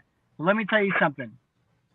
They're going to remember when they see this match, because this guy, he's in the best shape of his life, and he's going to bring it. I've had many conversations with him, and and I know he will, bro, because Kalisto, Samurai Del Sol, don't matter what gimmick name you want to call him, that man in the professional wrestling ring, bro, he's phenomenal, and he's not AJ Styles, but he's phenomenal, bro. You know what I mean? So that's going to be a killer match. But listen, man, I want to bring Flywalker back in here. Flywalker, why don't you come back in here? I want you to talk a little bit about this card, because this is happening right in your own backyard, bro. I'm 4 hours away over here in Barbecueville. So, I mean, what do you think about this match? Okay, we've got what did you say earlier on? I got to go back and look at this. He's talking about the idea. We've got to have this running list of things here. He's talking about the idea of, I got to go back and look at what he's calling it. Twitterland, Face, now Barbecue Land. We've got a whole bunch of Sunny Moneyisms here. I got to tell you right now, this match right here definitely intrigues me as well. When I look at this, and again, we know that Kalisto, Samurai Del Sol, however you want to refer to him, was an aerial wrestler in the WWE. A lot of people associate him with aerial wrestling. When I see this, I see Davey Richards 2022 versus Davey Richards about 10 years ago. I think Samurai Del Sol has a lot to prove, and I personally have a feeling right now, and maybe say this is my prediction. I think Samurai Del Sol walks out with the victory this coming Saturday. I think, like you said, he's got the energy. He's been wanting this opportunity, and I think he's going to stun a lot of people this Saturday here in St. Louis. Yeah. Well, let's go ahead and move on here. We got a couple more here. And thank you, Haas, for bringing this up, because two groups that I want to talk about right here. The first half of this graphic, three men who are no strangers to the St. Louis area. Jake Durden, Davey Vega, and the Savage Weight Fred Yehi. Joey, I got to give you props on this one, my friend. This right here, there's no explanation. It's all three. I mean, every style you can imagine is right here in one match. I got to ask you, how'd you put this one together? Because this really is an intriguing matchup. Well, I mean, so at the last minute, we had Davey on the podcast about 2-3 months ago, and I didn't really know him that well. And I kind of got to know him, and I was just like, why aren't you on my show? And he's like, I don't know. I was like, well, I asked somebody to ask you about being on it. And he was like, yeah, I don't think they asked me. And I was like, well, here's what I'm going to do. I'm going to pay you to be backstage at my show. And if the next 2 months something happens, I'm going to put you in a match. But you're going to be there no matter what, just in case something happens. And it was going to be originally Jake versus Fred. It was going to be a surprise kind of thing. And I got to thinking about it, and I was like, man, there's not a three-way dance on my show. It's just all singles and one tag match. I was like, I kind of want to mix it up, and I want to give people something a little bit different. And I'm going to make it a three-way dance, elimination match, not some like triple threat match where first pinfall wins. I hate that so much. And Fred Yehi was somebody I saw wrestle, maybe a year ago. I saw him wrestle Davey Richards, and I saw him wrestle Mike Outlaw and a few other guys. And I think he's one of the best wrestlers in the world. I think he's just so underrated. He might be the most underrated wrestler in the U.S. right now, to me. I mean, we're talking in-ring, but and then Jake's somebody that I hadn't really met until pretty recently, until we shot the video. Did you guys see the video? I have, yes. Okay. And he's been around for a minute, and he's done a lot of really cool things, and he's kind of a staple here. And I really wanted to give him that just due on this show. I really wanted to make sure he was involved and that he had a spot on this card where he belonged. So I thought, why not have a triple threat match? Well, I can tell you right now, Joey, speaking from experience, I've had plenty of opportunities to be around all three of these men. Had many a time to be on events with Davey Vega. But I can tell you right now, I'm just going to warn you, and this is from speaking from experience. I've seen Jake Durden in the ring. I've seen the damage that man can cause. I hope you have your liability insurance paid up. So last time I saw Jake Durden, he wound up putting somebody through a wall. And I'll tell you right now, adding him to this three-way dance brings a completely different component. And I got to say props to having this matchup here. It's definitely a unique experience. And I think this is the last graphic we have here. A team that I know a lot about, technical difficulties, taking on the West Coast Wrecking Crew. I'm going to tell you, this is another match that intrigues me because you have Raheem and Moses, a tag team that's very accomplished together, going against the West Coast Wrecking Crew. I can tell you, this one, if fans don't know technical difficulties, I think this is a matchup that definitely is really going to showcase their abilities inside the ring. I feel like you're just saying what I'm thinking. I mean, it's so weird. But yeah, these two guys are very young guys. They've been together for a long time. They came up together training with Harley Race. And they're just phenomenal. They have every aspect. They have the charisma. They have great interview skills. They can wrestle technically. They can do the high flying. I mean, they have great moves together. They're just a full on great tag team. And I'm really excited about this one for sure. I think it could be a show stealer. Well, I'm going to tell you right now, and I every time I had the opportunity to be around these men, you have Moses the deliverer, and hold on, I got to see if I can get this. Raheem De La Suede. Pretty good. trying to see how long I can actually get that to go. But You know, again, and if Moses was here, he would correct you. He would say it's the deliverer Moses. that is true. That is true. Like I said, he's going to be one of those where he's going to definitely correct me next time I see him. But again, technical difficulties, however you want to label the two men with their names, technical difficulties is definitely going to pose some difficulties this coming Saturday at St. Louis versus the World. Now, Joey, we've got just a couple minutes here. We've got our next guest that's going to be joining us here in about 10 minutes. Yeah. I want to give you just a minute here to go ahead. And I know that the Wrestle Talk family has been watching this program thus far and has really grown interested in the event coming up this Saturday. Can you, in about 30 to 60 seconds, the wrestling event speaks for itself. Can you give me about 30 to 60 seconds why or what else would draw people to St. Louis versus the World this coming Saturday night? So this isn't just a wrestling show. This is an event. This is a production. I'm bringing in some of the best production people from around the country. We're going to have like 6 video walls behind the ring. We're going to have entrances for everybody. We're going to have, in between matches, we're going to have interviews that are recorded before the show by a great production crew. We're going to have girls walking around in flapper girl dresses, taking pictures of people, passing out programs before the show. We're going to have top-level merch there. It's going to be a different experience. I mean, the venue speaks for itself when you see it, but this isn't just a wrestling show. Like, this is an event. This is a happening, and every year this is going to grow. And if you come out and you grow with it, you're going to see every year you're going to see something special and more special and more special. And I think if people come out and they spend the $25, and I made this cheap for a reason. I wanted people to kind of come and see this. Because it's a happening. It's extraordinary. It's not just an indie wrestling show. Obviously, the card's great, yes, but this is a production. This is an event, like I said, and I hope people can come and they enjoy the spectacle that it's going to be. And I appreciate all the love I'm getting. Well, I can tell you right now too, and again, I want to thank my broadcast colleague, longtime friend Chris Rodell, bringing up some other things too here, talking about Camaro Jackson versus the Impact World Heavyweight Champion.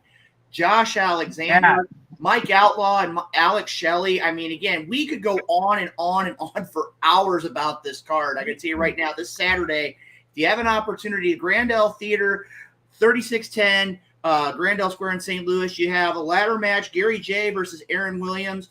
You also have KLD and Moose, 2 guys that are going to go at it. It's like, I got to say, it's like 2 Mack trucks going at it and seeing who's going to wind up winning. This is going to be a great night of professional wrestling, and I got to tell you right now, Joey, again, those that haven't had a chance, you can check it out on social media.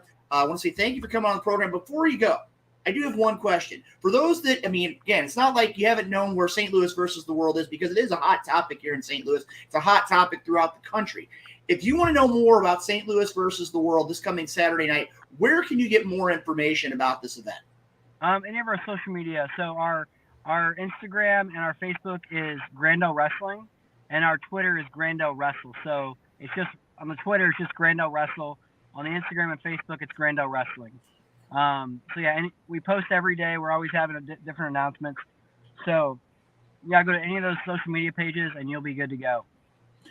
All right. Well, ladies and gentlemen, I want to say again on behalf of the Wrestle Talk family, Joey O'Farrell, thank you for joining us here this evening tonight. Like I said, we wish you nothing but success this coming Saturday night at the Grandel Theater, St. Louis versus the World. If you're in the St. Louis area, make it a point to check them out. It's going to be a great night of professional wrestling. And I got to tell you, in the not too near distant future, now that you're a part of the Wrestle Talk family, we have got to get you back on the program, not just talking about Grandel Wrestling, but talk about wrestling. We're going to have some discussions about professional wrestling. We've had some different like fantasy tournaments and things like that.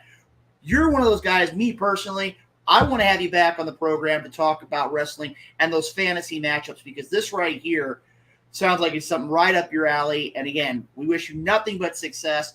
And we want to say thank you again for coming on the program. Sonny, any final thoughts? Yeah, Joey, just thank you so much for coming on, man. Much success, blessings to you this Saturday and beyond.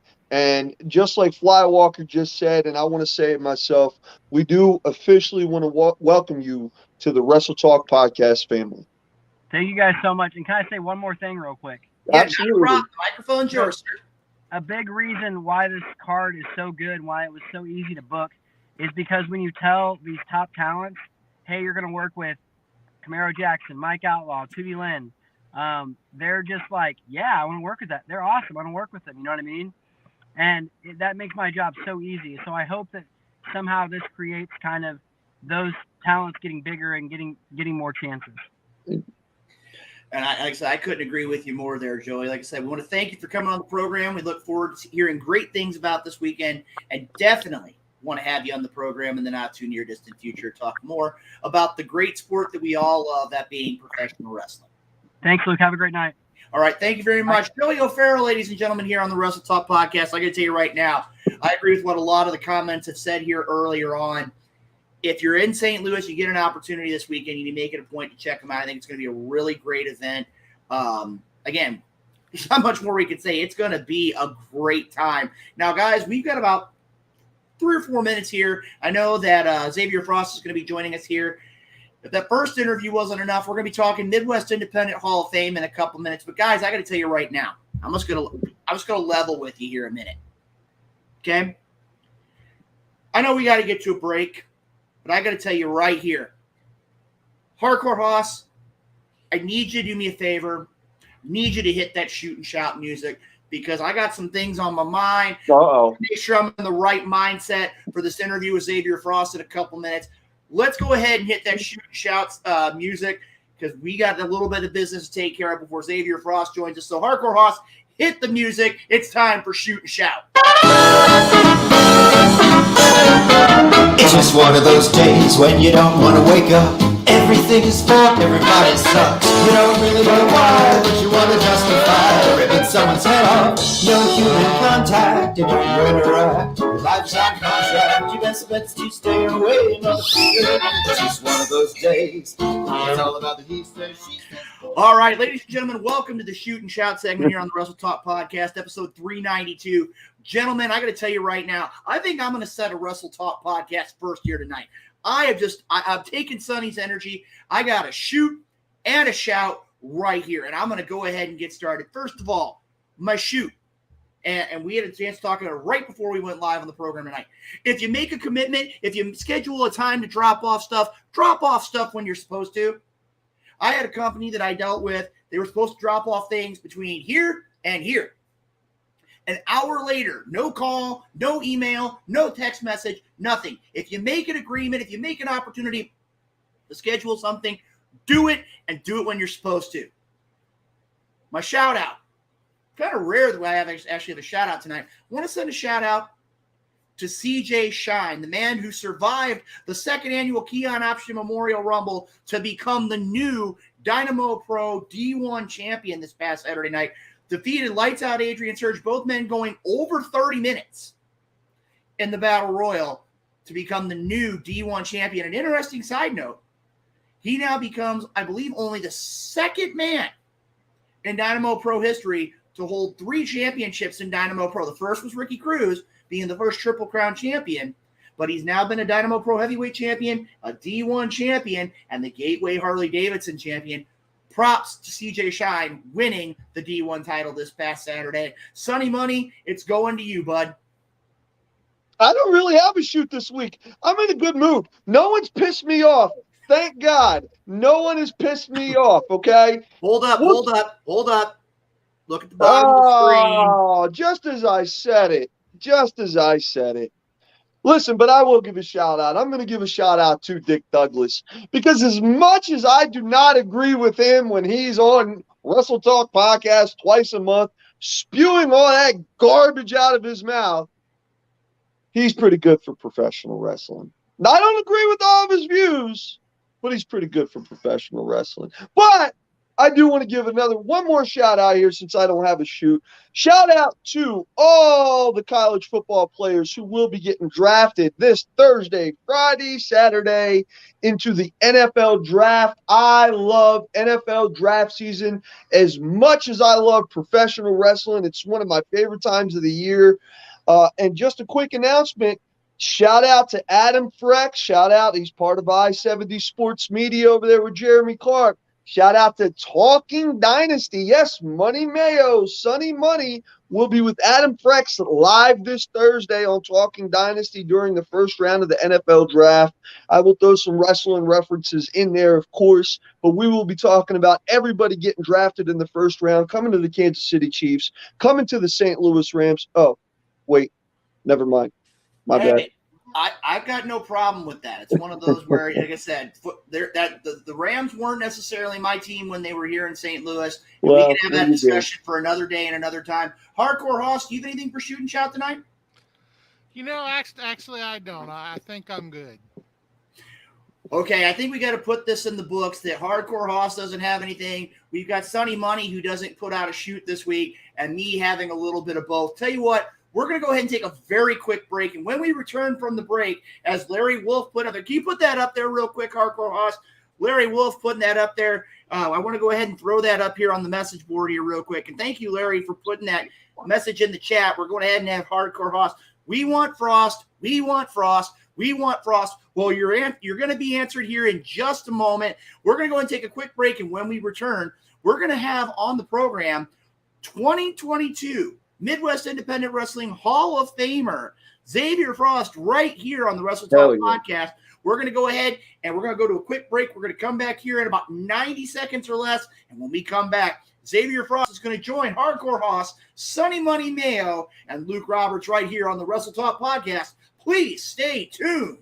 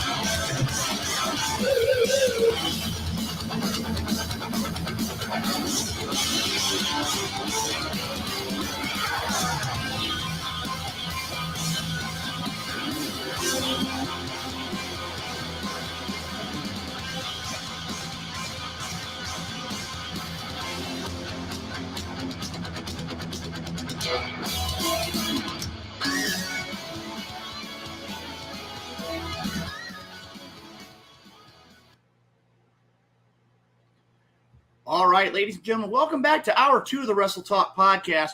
We had a great interview with Joey O'Farrell from St. Louis versus the World, the Grandel Theater this coming Saturday. And in just a few moments here in Hardcore Hoss, I'm going to go ahead and go with it real simple. We got another great interview scheduled. Is our guest in the waiting room?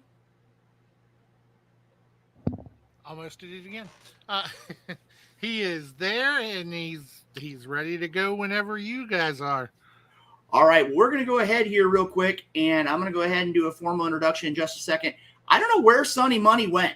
I guess it's one of those, his energy is just kind of going off the charts here tonight. Now, Sonny, remember, you got to turn on your microphone. Got you on your microphone. From Dick Douglas over there. Yeah, I'm here. Don't worry. I got a call from Dick Douglas. I had to handle some money business, all right? So we're good over here. Trust me. You think I'm going to be late for Xavier Frost, and I can make that drive to St. Louis in it's 4 hours? I can make it in 2, and I can handle that for you. Trust me. I ain't missing Xavier Frost, brother. I'm ready for this interview. All right. Well, ladies and gentlemen, in just a moment here, we're going to be joined by a man who's been around professional wrestling in the St. Louis area for a number of years. Had an opportunity to be in a lot of different promotions throughout the St. Louis area. Has competed against countless wrestlers, won countless championships, one of the men for years that's been very knowledgeable about the Midwest Independent Wrestling Hall of Fame. And now I can say here that we can officially say, I mean, it's already been out there for a couple weeks. We can officially say this man, this coming Sunday in Pacific, Missouri, will be joining the class of 22 of the Midwest Independent Wrestling Hall of Fame. Ladies and gentlemen, let's welcome to the Wrestle Talk podcast this evening, episode 392. Ladies and gentlemen, go ahead and hit that music hardcore off for Xavier Frost.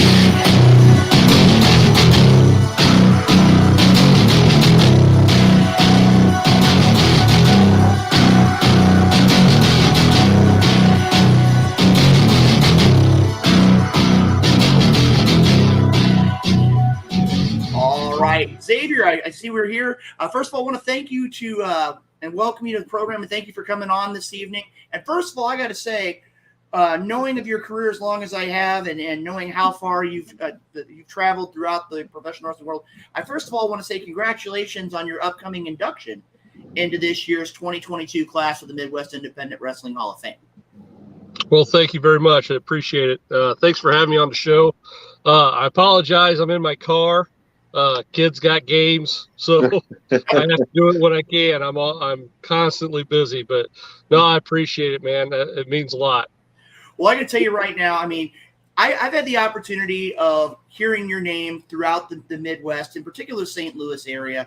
Can you go ahead and tell the listeners of the Wrestle Talk podcast just a little bit about what kind of drew you to the world of pro wrestling? Not necessarily stepping inside the squared circle, but what originally drew you into the world of professional wrestling? Each of us has our own story as to what drew people in. I mean, I remember when I was a little kid watching Georgia Championship Wrestling with my grandparents and my parents. And I know Sonny Money's got his own talking about the times in ECW in the Philadelphia area. What drew you to the world of professional wrestling? It started, I don't know, I guess maybe 6, 7 years old. Channel 11 Sunday mornings used to run wrestling back to back to back. Is NWA, World Class, WWF, UWF for a while. So that's where I started, and I really just had a fondness for it, and it never went away. It never did go away. Well, you know something, Xavier, I mean, again, when you talk about professional wrestling, once it gets into your system, it's just something about it just keeps you there. A lot of people say, oh, it's the drama, it's the athleticism, it's this, it's that. But when you really get hooked into the world of professional wrestling, it just stays with you. I mean, again, you bring up, and I was getting a lot of flashbacks from being a younger kid back in my late single digits, early teens, when you're talking about World Class, you're talking about UWF, you're talking about the UWF and NWA merger. I can remember back to Steve Dr. Death Williams and Ric Flair, Terry Taylor taking on Nikita Koloff, Shane Douglas, Terry Bam Bam Gordy, the Fabulous Freebirds, one-man gang. I mean, we could go on for a whole episode just talking about those promotions. Definitely. But I want to take a minute here. I know that you had an opportunity to become involved with several promotions here. And I do believe, if my records are correct, if not, I may have to have a discussion with our media team. But I believe, if I'm not mistaken, you started your career with MPW. Am I correct with that, or am I off a little bit? No, that's right. Yes! MPW is where I started working there. I want to say about 2003. I think it was. It wasn't long. I started really wanting to get into the business. And I started going to some independent shows, and I went to an RCW show first. And then a couple of weeks later, MPW actually came to our town that I was living in. Me and a big group of buddies go to the MPW show. Had a blast. Of course, they've got the flyer up, do you want to be a pro wrestler? Well, yeah, that's what we've been trying to do. So, we called Chris Powell, and first time training, they said, come out next show. We're doing a seminar, Dan the Beast Severn. Wow. So the first time I ever step inside of a wrestling ring is with Dan the Beast Severn. in there doing a seminar. So that was kind of just mind blowing. That holy crap, that's where you start. That's where you go. Well, I can tell you right now, I mean, again, you bring up RCW, and I mean, again, for some reason, the long-term wrestlers that have been in professional wrestling have some kind of a connection, some kind of an idea of what RCW is. I want to give a shout out to Frank Reed, longtime promoter RCW. I know he's been dealing with Hey, some Frank, tough you did issues. return my calls. Oh, Went to your show first. Well, to You give didn't you an return idea, my call. uh-oh. So give you an idea again. I want to give a shout out to Frank. I know he's been dealing with some health issues as of late. Yeah. Again, we want to wish him a I speedy recovery. Hopefully, I just talked with Frank a couple days ago. So like I said, he's a great guy. Always had nothing but good words to say about him. You talk about MPW. You talk about like the training with Searcher and with the Enemy Severin. One name that often is associated with those three men and Chris Powell as well as another Hall of Famer. Unfortunately, he's no longer with us. That being Marcus Mansfield. Can you give us any insight of your time with Marcus Mansfield in the world of professional wrestling? well, Marcus was big with MPW when I started. I didn't get to interact with him a lot backstage, still being relatively new. But Mark was always there to give advice. He was always helpful. I actually won my first ever title off of Marcus, the MPW Hardcore title. And, that's something I'll never forget. I owe him, the rest of my life for that. And, Mark, he left MPW for a while, and I didn't really talk with him for a long time until just a few years ago, and got back in touch with Marcus. And, I'm so glad I did, because obviously he's no longer with us. He was a big part of wrestling in St. Louis. He's been missed since he's been gone, and we'll still miss him for a long time. I can tell you right now, I mean, again, having the opportunity when I first started getting in the ring, having some matches with him at places like Big Texas. I know that's a name that you've probably heard of throughout your career, but places like that, having an opportunity to compete against him. I know he one time was the HCW, I believe it was the light heavyweight champion, countless championships in MPW. And I mean, again, a man gone way too soon. I mean, he was a class act in every shape of the word. And I'll tell you right now, he's one of those individuals that definitely belongs in the Midwest Independent Wrestling Hall of Fame. I'm going to go ahead right now, and I'm going to turn things over to my broadcast colleague, Sonny Money Mayo. Sonny, I know you got a lot on your mind. And again, I'm going to warn you, Xavier, it's 8:29, almost 8:30. I think this man's on about his 17th pot of coffee today. So I'm going to warn you, his energy level might be a little higher than any of us are expecting. So I'm just going to give you a fair bit of warning. So Sonny Money, go ahead and take over. No, Xavier Frost, man, I'm so glad you're on the Wrestle Talk podcast with us this evening, and welcome to the show. I've enjoyed the interview so far. But like you said, in the beginning of your interview, you're doing this from your car because of the kids. Well, I have 4 kids myself. I have a 14-year-old, 12-year-old, 4-year-old, 3-year-old, all sons. So my house is Royal Rumble every other night here. But my first question is what does your kids think about you being in the wrestling business? Are they like, oh, dad's into that wrestling stuff? Are they cool with it? What's your kids think about you doing that? They were really big into it when they were younger, but the 2 older boys now, they're 13 and 12. Yep. They're too cool for dad anymore. Yep. So we'll see what happens. But no, they were always into it when they were younger, and they're just kind of blasé about it now. Once in a while, I'll get want to come to a show with me here and there, but it's not really high on their priority list right now. No, brother. Like I said, I got a 14-year-old and a 12-year-old sons, man. And, luckily my 14-year-old just now started coming to wrestling shows with me and enjoying it. But the 12-year-old's like, yeah, I don't care about any of that. Like, play me in Madden. Like, I don't care about the wrestling stuff. But so you've been in the business 20 years now, 20 plus years. what do you think the biggest difference is, especially in that St. Louis area? What do you think the biggest difference is in wrestling from when you broke in to now? Do you think it's storytelling and telling stories in the ring during a match, or how wrestlers actually are, or fitness, or anything like that? What do you notice the biggest difference is?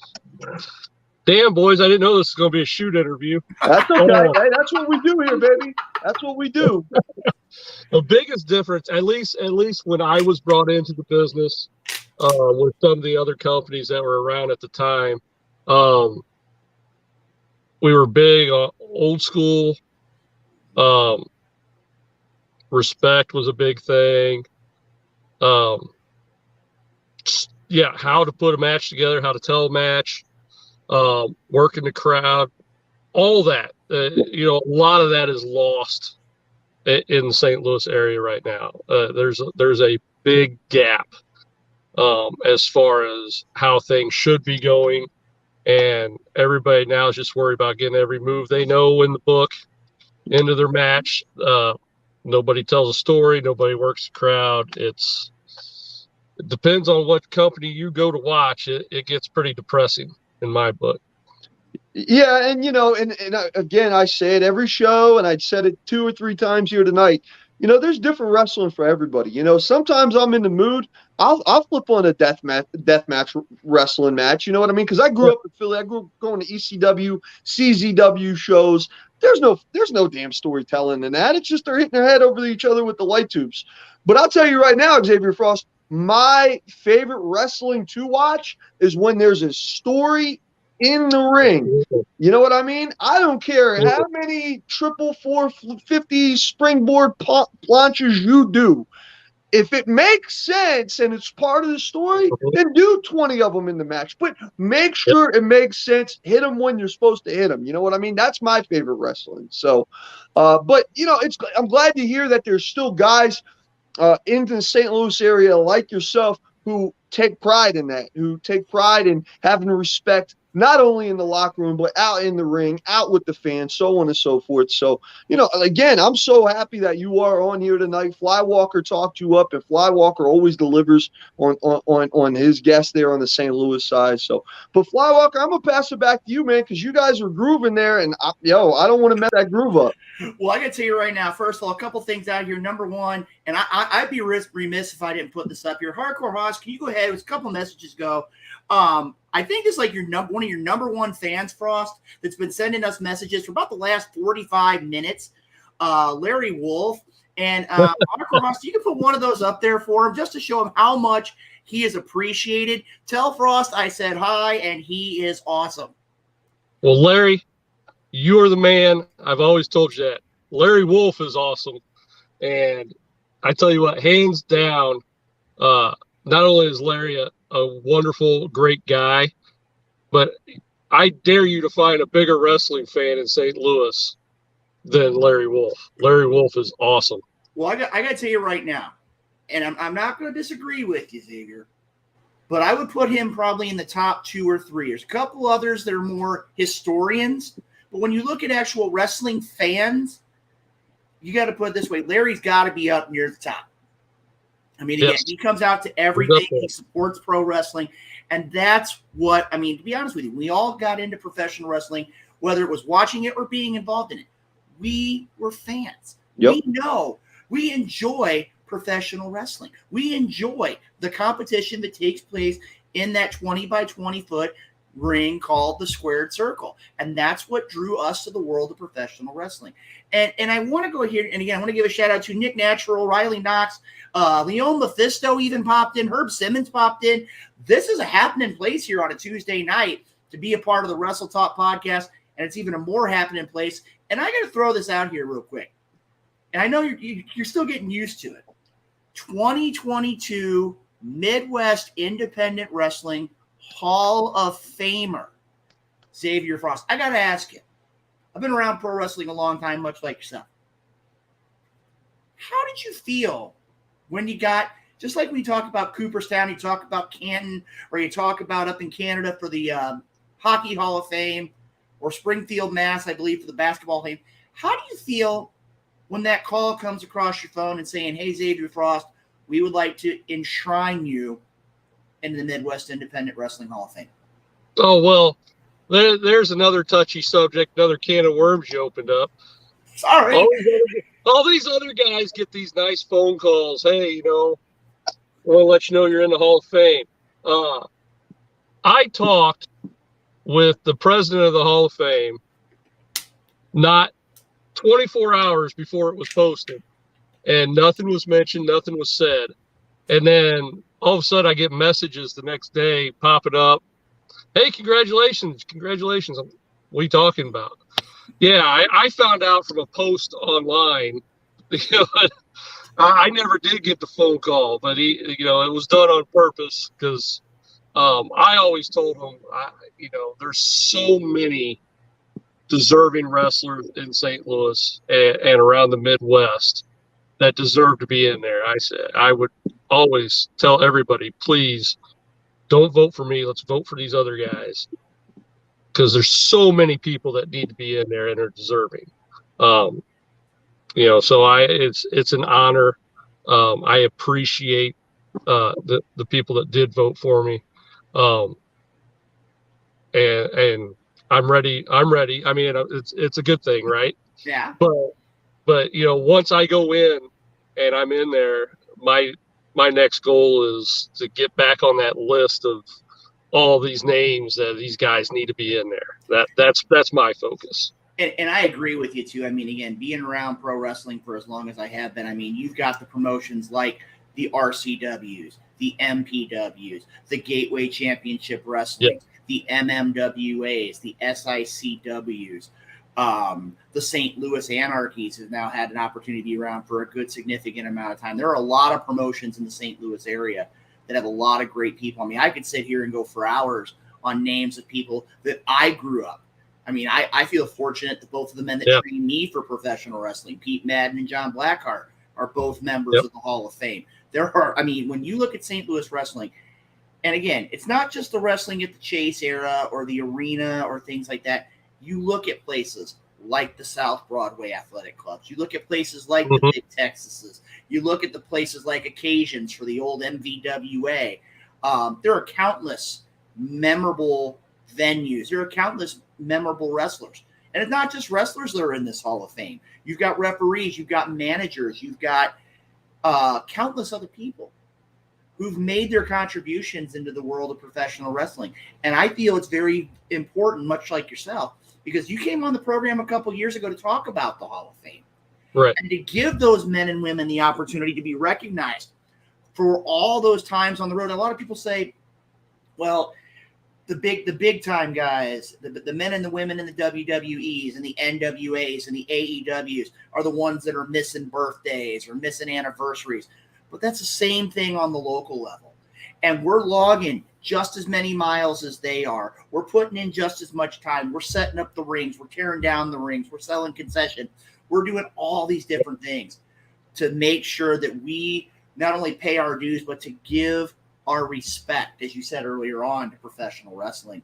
Now, I would be remiss. We have a very good Hall of Fame class that's going to be going in this coming Sunday in Pacific, Missouri. I want to take a minute here, and I want to look at the inductees. You, I know firsthand, are one of those that has looked consistently at the names from the past that deserve recognition. And I think this class is a very good class.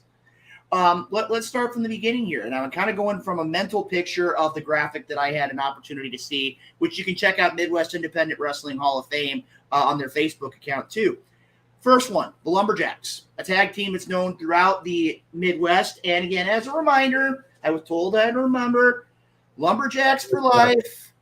They have their shirts available at all of the events that you see them at. What are your thoughts on the Lumberjacks? Very well deserved. I've gotten the privilege earlier on in my career to actually get to work with the Lumberjacks a few times. They're great guys. I mean, they look the same as they did when I worked them, almost 20 years ago. But, you want to talk about a consistent tag team, St. Louis area tag teams. I mean, the Lumberjacks have to pop into your head. Well deserved. I should have been in there a while ago, in my opinion, but we can say that about a ton of people too. So, yeah, Lumberjacks, great guys, well deserved. And I couldn't agree with you more. I mean, there are several teams that pop into my head as well, but I mean, Lumberjacks, you know what's in there. You know you're in there for a fight, but two class acts in every shape, every stretch of the word. Second one I'm going to talk to you about is a man I know you've had some dealings with in the past, Judge Chipster. Here's the thing about the Chipster. Nobody outside of the companies that he's worked for or have been involved with have the slightest idea of how much that guy puts into a show. He is one of the smartest wrestling minds out there. The guy is an unbelievable manager. He's quick on the mic. Backstage, you can't ask for a better guy to pick a brain. You know, what happened in this match? What's going on here? He'll let you know everything first and foremost. And then promoting side. I mean, that guy will bust his ass to promote a show for you. He'll show up, tear down the ring, put it up. Anything you need him to do, he is there. And like I said, that's not even talking about this stuff inside the ring as far as managing and all that. I mean, you can't even put into words how much that guy does for this business in this area. And I got to tell you right now, we had an opportunity here a few months ago to have the Chipster on the Wrestle Talk podcast.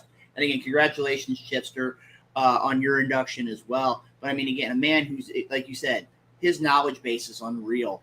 And being able to sit here and talk with him, I mean, again, it's just like you're opening like the first volume of the entire encyclopedia series when you talk to the Chipster.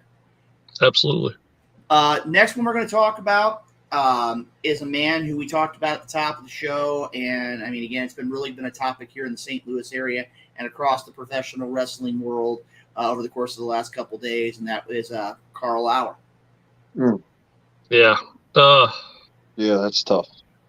Yeah, it was pretty upsetting to hear the news about Carl.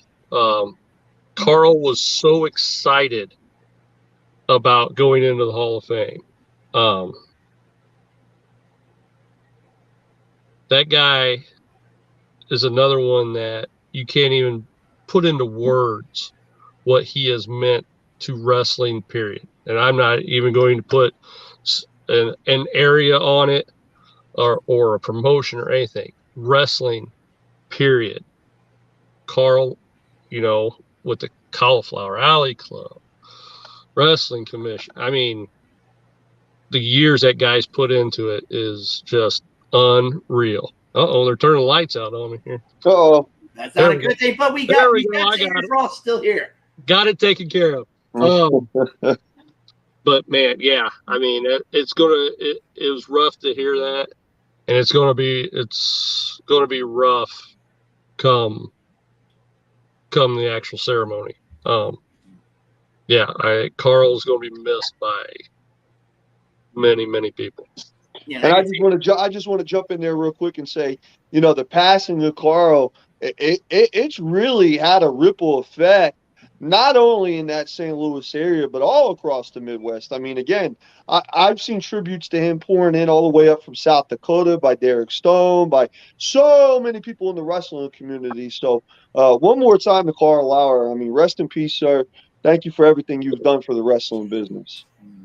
I got to tell you right now, guys, I mean, again, when you look at it and you go back into the history, I mean, having time spent in L.A. with the late Gory Guerrero, if you look at the Midwest area, talking with promotions like WLW, longtime state inspector. I remember when I was first getting into the wrestling industry, there were three people I remembered, and that was Carl Lauer, Eddie Monahan, and Ray Kuby.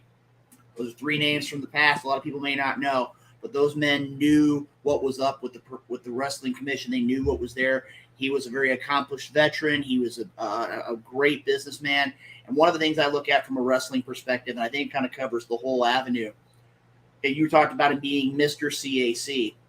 when he's considered senior counsel to wrestlers like B. Brian Blair and the legendary Nick Bockwinkel. I mean, that in itself shows how widespread of an impact Carl Lauer had in the world of professional wrestling. Moving on here. Next one is Playboy Double H's longtime manager. Many would consider the cornerstone of PYT, the late Pimpin' Al Blundy. Oh, wow. Pimpin' Al. This one's a hard one to talk to. I don't think I could put into words how much Pimpin' Al Blundy meant to me on a personal level. You won't ever find a more truer, nicer guy to have ever been in the business than Blundy. I'm mad that I didn't get to work with him sooner. Just within the last few years, I got to work with him and got to be friends with him. And I mean, there's a guy that just cared. I mean, if you want to describe, if you had to have one word to describe somebody, I mean, he cared. He cared about the boys in the back. He cared about the matches. He cared about, I mean, everything he put into this business. And, you know, dude, I mean, that is devastating when we lost him. And, you know, there's not many times that a day will go by that I don't think of Blundy at some point in my day.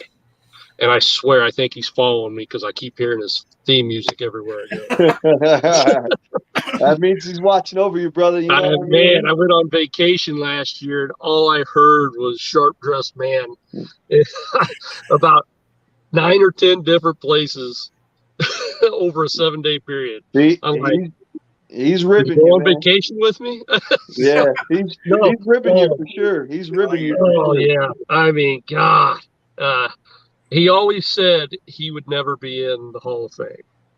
He said he had no idea while he was alive how much we all loved him and respected what he did for everybody. And, you know, he knows now because he's definitely watching over us. And, I mean, honor's well deserved. Yeah. It was an honor for me, and I told Playboy, we had a talk about it. I was like, you know, it's an honor to go into the Hall of Fame, but it's even more of an honor to get to go in with somebody like Blundy. You know, that's to me I hold that in higher regard than anything. And you know, even Al Blundy's a part of the Wrestle Talk podcast family. I was lucky enough with the Night Owl that he had an interview on here a few years back. So, I mean, again, another tremendous loss in the wrestling business and the wrestling industry, not just in the Midwest, but throughout the whole deal. So, RIP to Al Blundy for sure. Well, I gotta tell you right now, the last name I want to bring up is one that really kind of has a lot of different avenues with it. And that is a man that I really got close to over my career. That was the legendary Izzy Blackwell. And there's a lot to go with that. I mean, you look at the career that Izzy had, you look at the family connection, and you now look at his son, Damian Blackwell, making his first strides in the world of professional wrestling. What are your thoughts, Xavier, about our final inductee, Izzy Blackwell? Izzy's another one. I mean, that guy deserved it. It was a long time coming for Izzy. We all wish he was still here to be able to accept it. But, you know, that first RCW show I ever went to, Izzy was the heavyweight champ. I still remember that to this day. And, you know, and I never really got to work with Izzy throughout the years. You know, and I really didn't even get to meet Izzy up until maybe just a few years ago. But man, I mean, he was always nice as could be. Always wanted to talk wrestling, you know. He'd come to a show. If you sat down and said hi to Izzy, you might as well sit there for about 20 minutes because you're going to talk some wrestling. Yeah. So Yeah. it was. He's another one that's gone too soon. Gone too soon. But it's just an honor that I get to be up there with him going into the hall. It just so happens that we fall in the same year, so I mean, I'm blown away with this class. So many deserving people. And I can tell you right now, Frost, I mean, again, I had another question on my mind, but you really hit the nail on the head there. I mean, this class, the 2022 Hall of Fame, Midwest Independent Wrestling Hall of Fame, really is going to be a great class. And again, for anybody that's in the greater Pacific, Missouri area, you need to come check them out this Sunday. Noon, I believe, doors are open. The dinner is going to be at 1, and the formal induction is going to be at 2 p.m. this coming Sunday in Pacific, Missouri. I had the opportunity last year to attend the event and see the inductions. Had a good conversation with several people. I remember like the Lumberjacks, like the Beast, like Dr. Drew Abenhouse from SICW, Herb Simmons, Playboy Double H was there, Jeremy Lightfoot was there. A lot of great people. If you want to learn a little bit about these wrestlers that paved the way for the wrestlers of today, the Hall of Fame is an opportunity to really learn what professional wrestling in this town means. And I mean, again, not being any disrespect to the eras of the Sam Muchnicks and the Wrestling at the Chase and the Larry Madisicks of this era, but you have wrestlers who have done just as much, who've paid their dues, who've spent the time in the ring, inside the squared circle, to be and bring professional wrestling to the fans of the area. And again, I want to go ahead and again extend our congratulations to you. But I do have one more thing. And I don't know. I think you remember this last time you were here. We here at the Wrestle Talk podcast have what's called the world famous Wrestle Talk Podcast Game Show Challenge. It's an opportunity to test your wrestling knowledge against a member of the Wrestle Talk Podcast family. Now, I'm going to tell you right now here, this is another one where there really wasn't a whole lot of discussion because certain people with large amounts of Chiefs memorabilia was one of those that stepped up and was like, ooh, me. I want to go against Xavier Frost. So what I'm going to do here, Mr. Frost, I know you're very busy. And again, I want to also give you a shout out to several people had mentioned earlier, representing Twin Bridges here this evening. Very familiar with the area you're at. Great hockey program here in the area as well. But my question to you is this. Would you be up tonight to participating in the Game Show Challenge against the world-renowned Dangerous One himself, Sonny Money Mayo? You're damn right. Let's do it. All right. Well, here's what we're going to do. Hardcore Hoss, I know you've been waiting for this all night long. Why don't you go ahead and hit the music for tonight's episode of the world-famous Wrestle Talk podcast Game Show Challenge. Hit it, Hardcore Hoss.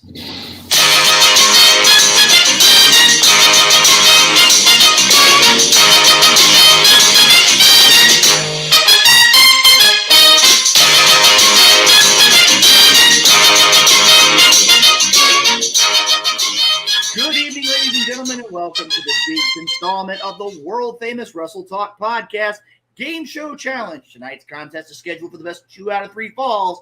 Our competitors tonight are 2022 Midwest Independent Wrestling Hall of Famer Xavier Frost and from the Wrestle Talk podcast, Sonny Money Mayo. In a few moments, gentlemen, I will give you 3 questions about a professional wrestling topic. As soon as you think you know the individual who answers that question, shout out your answer. The first person to get 2 out of 3 falls wins tonight's contest.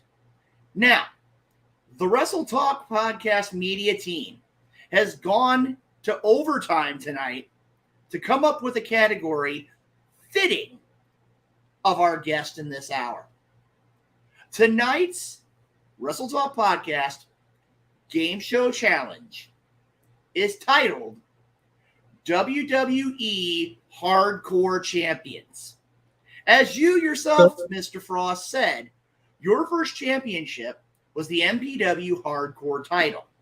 Tonight, what we're going to do is we're going to have you try to identify 3 professional wrestlers who held the WWF WWE Hardcore Championship. Sonny Money, are you ready? What do you think? You know I'm ready. Listen, Xavier Frost, I don't care how cold you think you are, sir. I'm Sonny Money Mayo. I bring the fire every single time. I'm putting that Frost out, no problem, baby. Let's go. He's been that way all night, Frost. Let's I'm just going go. to warn you. Are you ready for the first question tonight? Well, I certainly can't cut a promo after that. So, yeah, I'm ready. All righty, here we go. Question number 1. This professional wrestler was known for time in the WWE, WCW, and ECW, among other promotions. Raven. No. In addition to 3 reigns Mick as Foley. WW, that is correct. Xavier Frost getting it the on. correct answer. Come on. It is 1-0. The rest of the question was going to be, in addition to 3 WWE World or WWF World Championship reigns, he was also the first WWF Hardcore Champion. Oh, See, it's one of those that costs you, Sonny Money. That energy's kind of costing you here.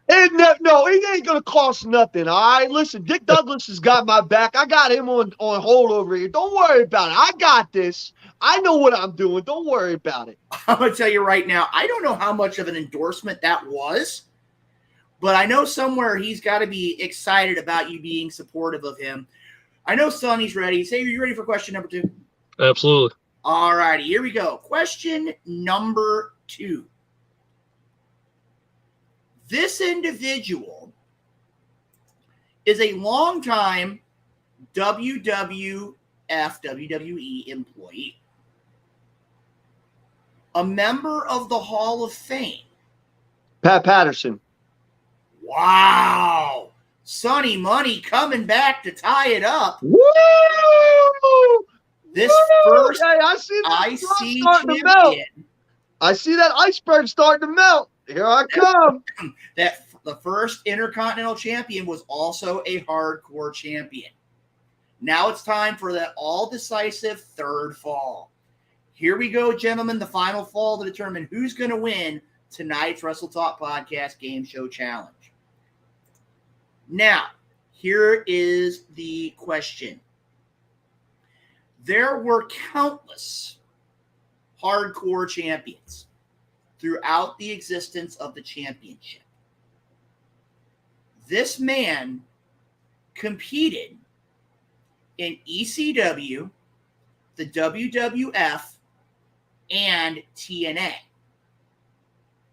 He is recognized as the last hardcore champion, later going on to win the Intercontinental, ECW, and WWE championships. Rob Van Dam. Yep. Ladies and gentlemen, your winner of tonight's Wrestle Talk Podcast Game Show Challenge, in much of the way that we would always remember Ric Flair winning falls number 2 and 3, Hardcore Hoss hit the music, Sonny Money Mayo. When you pull Pat Patterson out of your ass, that's what's going to happen. I don't want to hear it from you.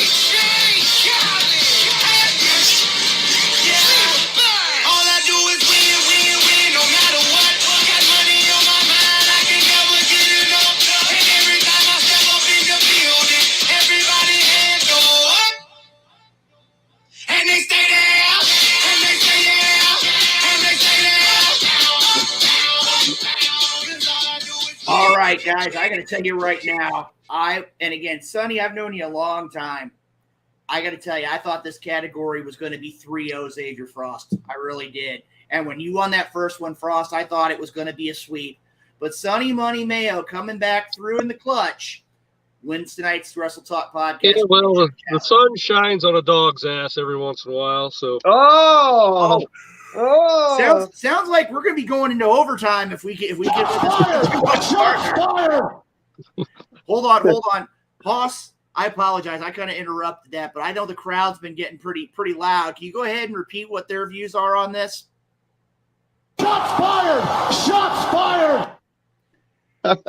Well, I got to tell you right now, again, Xavier, it's been an honor and a privilege to have you on the program once again here tonight on the Wrestle Talk podcast. I mean, again, it's always been a pleasure to talk with you. I'm going to tell you right now, myself personally, I plan on being in attendance this Sunday at the Hall of Fame ceremony where you and several other great professional wrestlers are going to have their opportunity to be recognized for all their accomplishments inside the squared circle.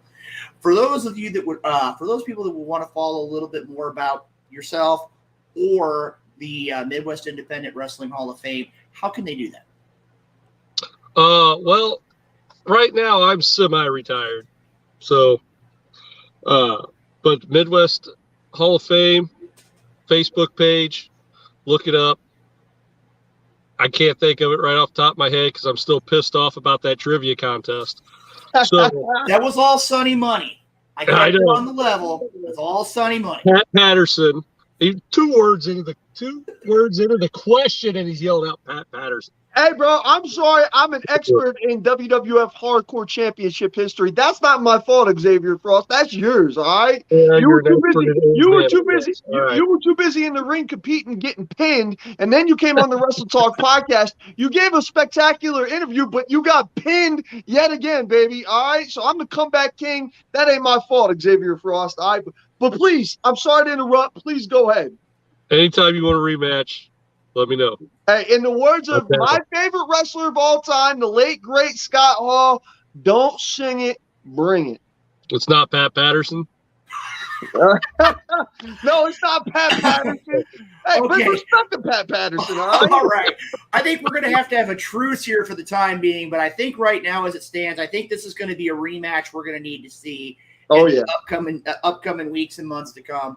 Xavier, I want to say thank you for coming on the program. Look forward to seeing you this Sunday. Get your rightful place in the Midwest Independent Wrestling Hall of Fame.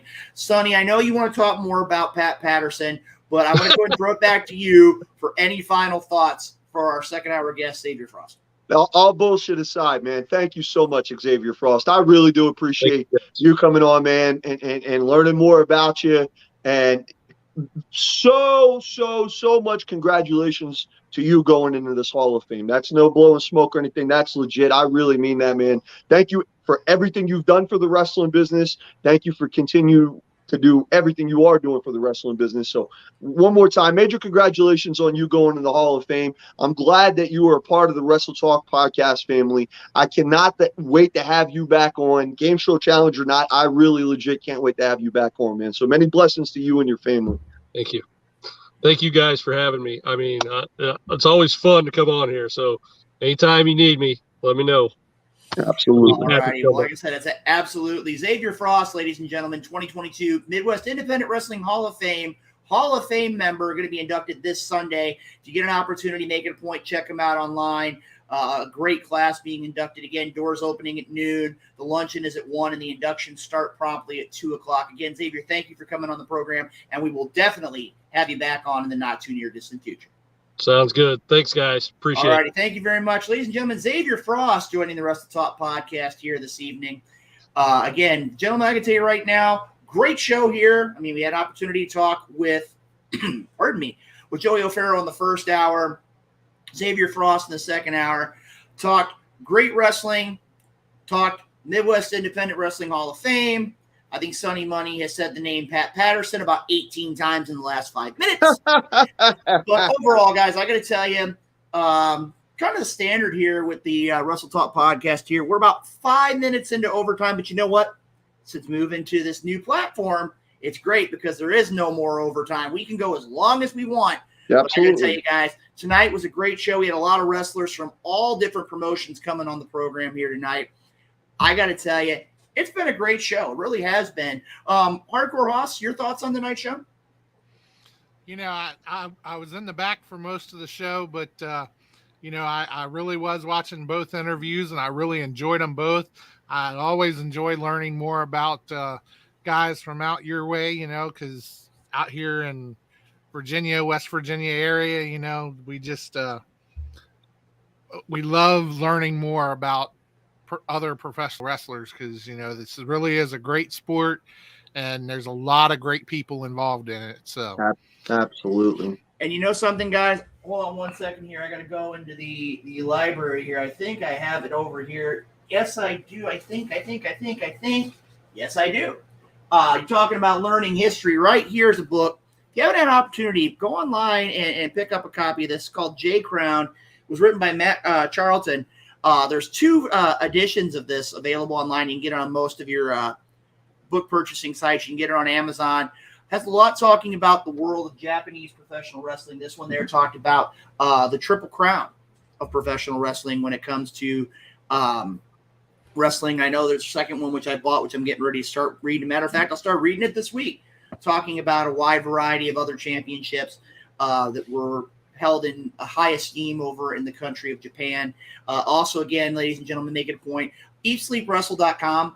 Our good friend John Cosper has got a lot of great books available. Also, our friend Vinny Berry just releasing Wrestleville. I make it a point to check that. And also, just to let you know, and we're in talks right now, man who's been on the program before, hoping to get a chance to see him at the CAC convention this coming year.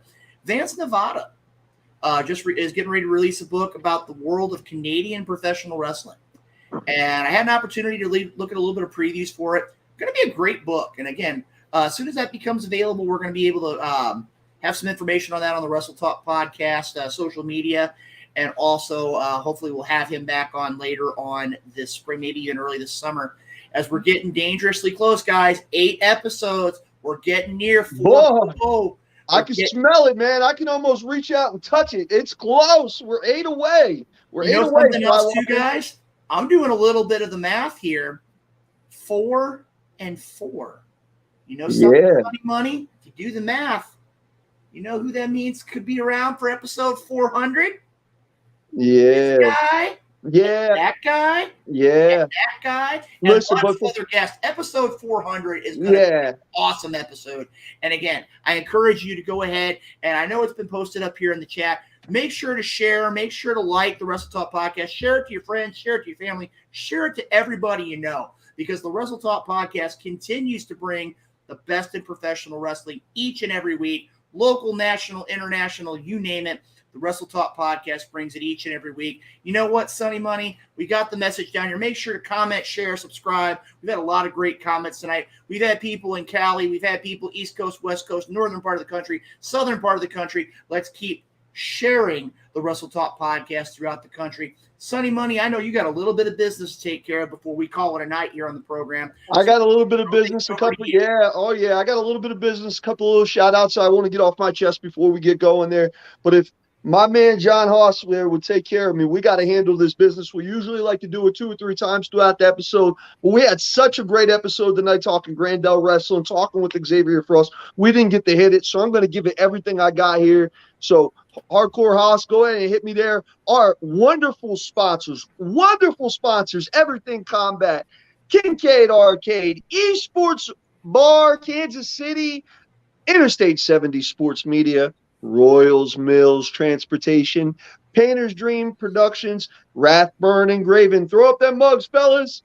Me Fiesta KC Party Rentals, Noble Men's Barber Lounge, KCMO. Ask for Pete the Barber, Fly Walker Will. He's going to get the Wrestle Talk podcast right there shaved in the side of his head.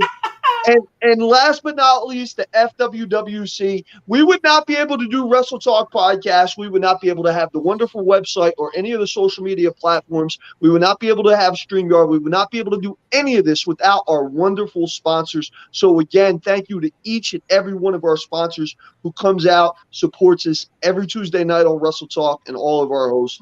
But gentlemen, I had a great month of April. I had a great week. You know what I mean?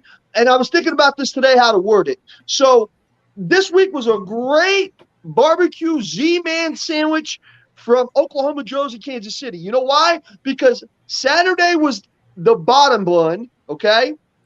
Tonight, Wrestle Talk podcast was all that meat in the middle. And the other bun is going to be Thursday when I'm on Talking Dynasty with Adam Frex and we're talking NFL Draft. A nice, big, juicy sandwich of entertainment, sports, football, and everything in between. So please come check me out. Come support me. Come support Interstate Sports 70 Media. Come support Talking Dynasty. Thursday night, we're going to be on there. Here in a couple weeks, I got States Wrestling coming up. Shout out to everybody over at Central States Wrestling. They're putting on some killer shows. They were formerly known as DWF, and they decided they had to bring that history back into Kansas City. Kansas City was known for Central States Wrestling, and they're bringing that name back. They are going to rock it. And one last shout out to everybody over at Kansas City Extreme Wrestling, KCXW. They just had their first live event in over 2 years this past Saturday. They crowned a new champion. Shout out to the Infinite, and shout out to everybody over there at Kansas City Extreme Wrestling. Flywalker, Hoss, thank you guys so much. I do truly appreciate it each and every time I'm on here. You guys are some of the best co-hosts I could ask for in this whole entire world besides Dick Douglas. And I love you both with each and all of my heart. And that is a shoot, guys. So thank you so much for having me on. Thank you for letting me co-host this. Thank you to everybody out there in the comment section. Thank you for Wrestle Talk Podcast. And I got to tell you right now, again, of course, as we have that announcement here, that advertisement for our good friend Richard Douglas, I got to tell you right now, guys, you have an opportunity this coming Sunday, May 1st. Check out the Midwest Independent Wrestling Hall of Fame. And also, ladies and gentlemen, those of you in the St. Louis area, make it a point, Saturday, May 7th, down at the Cherokee Street Festival, you're going to have Cinco de Mayo with Dynamo Pro Wrestling, not 1, not 2, not 3, but 4. 1, 2, 3, 4 Dynamo Pro Wrestling events. And here's a little secret. It's free. Yeah. There's no excuse to come out and not enjoy Cinco de Mayo and Dynamo Pro Wrestling. I got to tell you guys, it's been a great show. Hardcore Hoss always taking care of things behind the scenes, on the boards, making sure things are done. Sonny Money, always a pleasure seeing you each and every week. Just as a reminder, too, if you make any more references about Joe's Barbecue, you need to send some of that my way. Because mine as well, please. You set that up now. You've got that extra money from all the endorsements you've had from Richard Douglas over the course of the night. That means it's time to send myself some Kansas City barbecue. But I can tell you right now, she said before, Sonny, when it comes down to it, not only our great sponsors, but all the great viewers of the Wrestle Talk podcast. Without you, we don't go 392 episodes. And again, as a reminder, next week right here on the program, it should be, again, assuming, of course, he's not on the campaign trail, the Night Owl Renee Martinez and Richard Douglas. Guys, I got to tell you, it's a great show. We're going to make sure everybody catches us next Tuesday night. Also, as a reminder, you can catch Sunny Money Thursday on Talking Dynasty. You can also check out the FWWC on Thursday night as well. Am I not mistaken with that, Hoss? Thursday night, 7:30 p.m. Make sure to check out the Fantasy Wrestling Worldwide chapter. We got a lot of great things. Gentlemen, I got to tell you, it's been a great show. We're going to see everybody here next Tuesday night, episode 393, 8 p.m. Eastern, 7 p.m. Central, right here on the social media. You also check us out, WrestleTalkPodcast.com. Make sure to like, share, subscribe. We're all over the place, but we're all about professional wrestling. We'll see you next week right here on the Wrestle Talk Podcast. Take care. We'll see you next Tuesday night. Hardcore Hoss, send us out. Peace.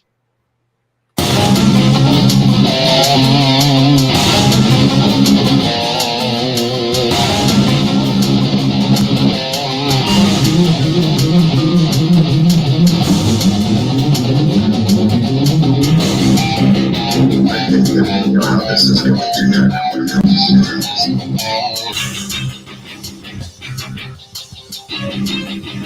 out.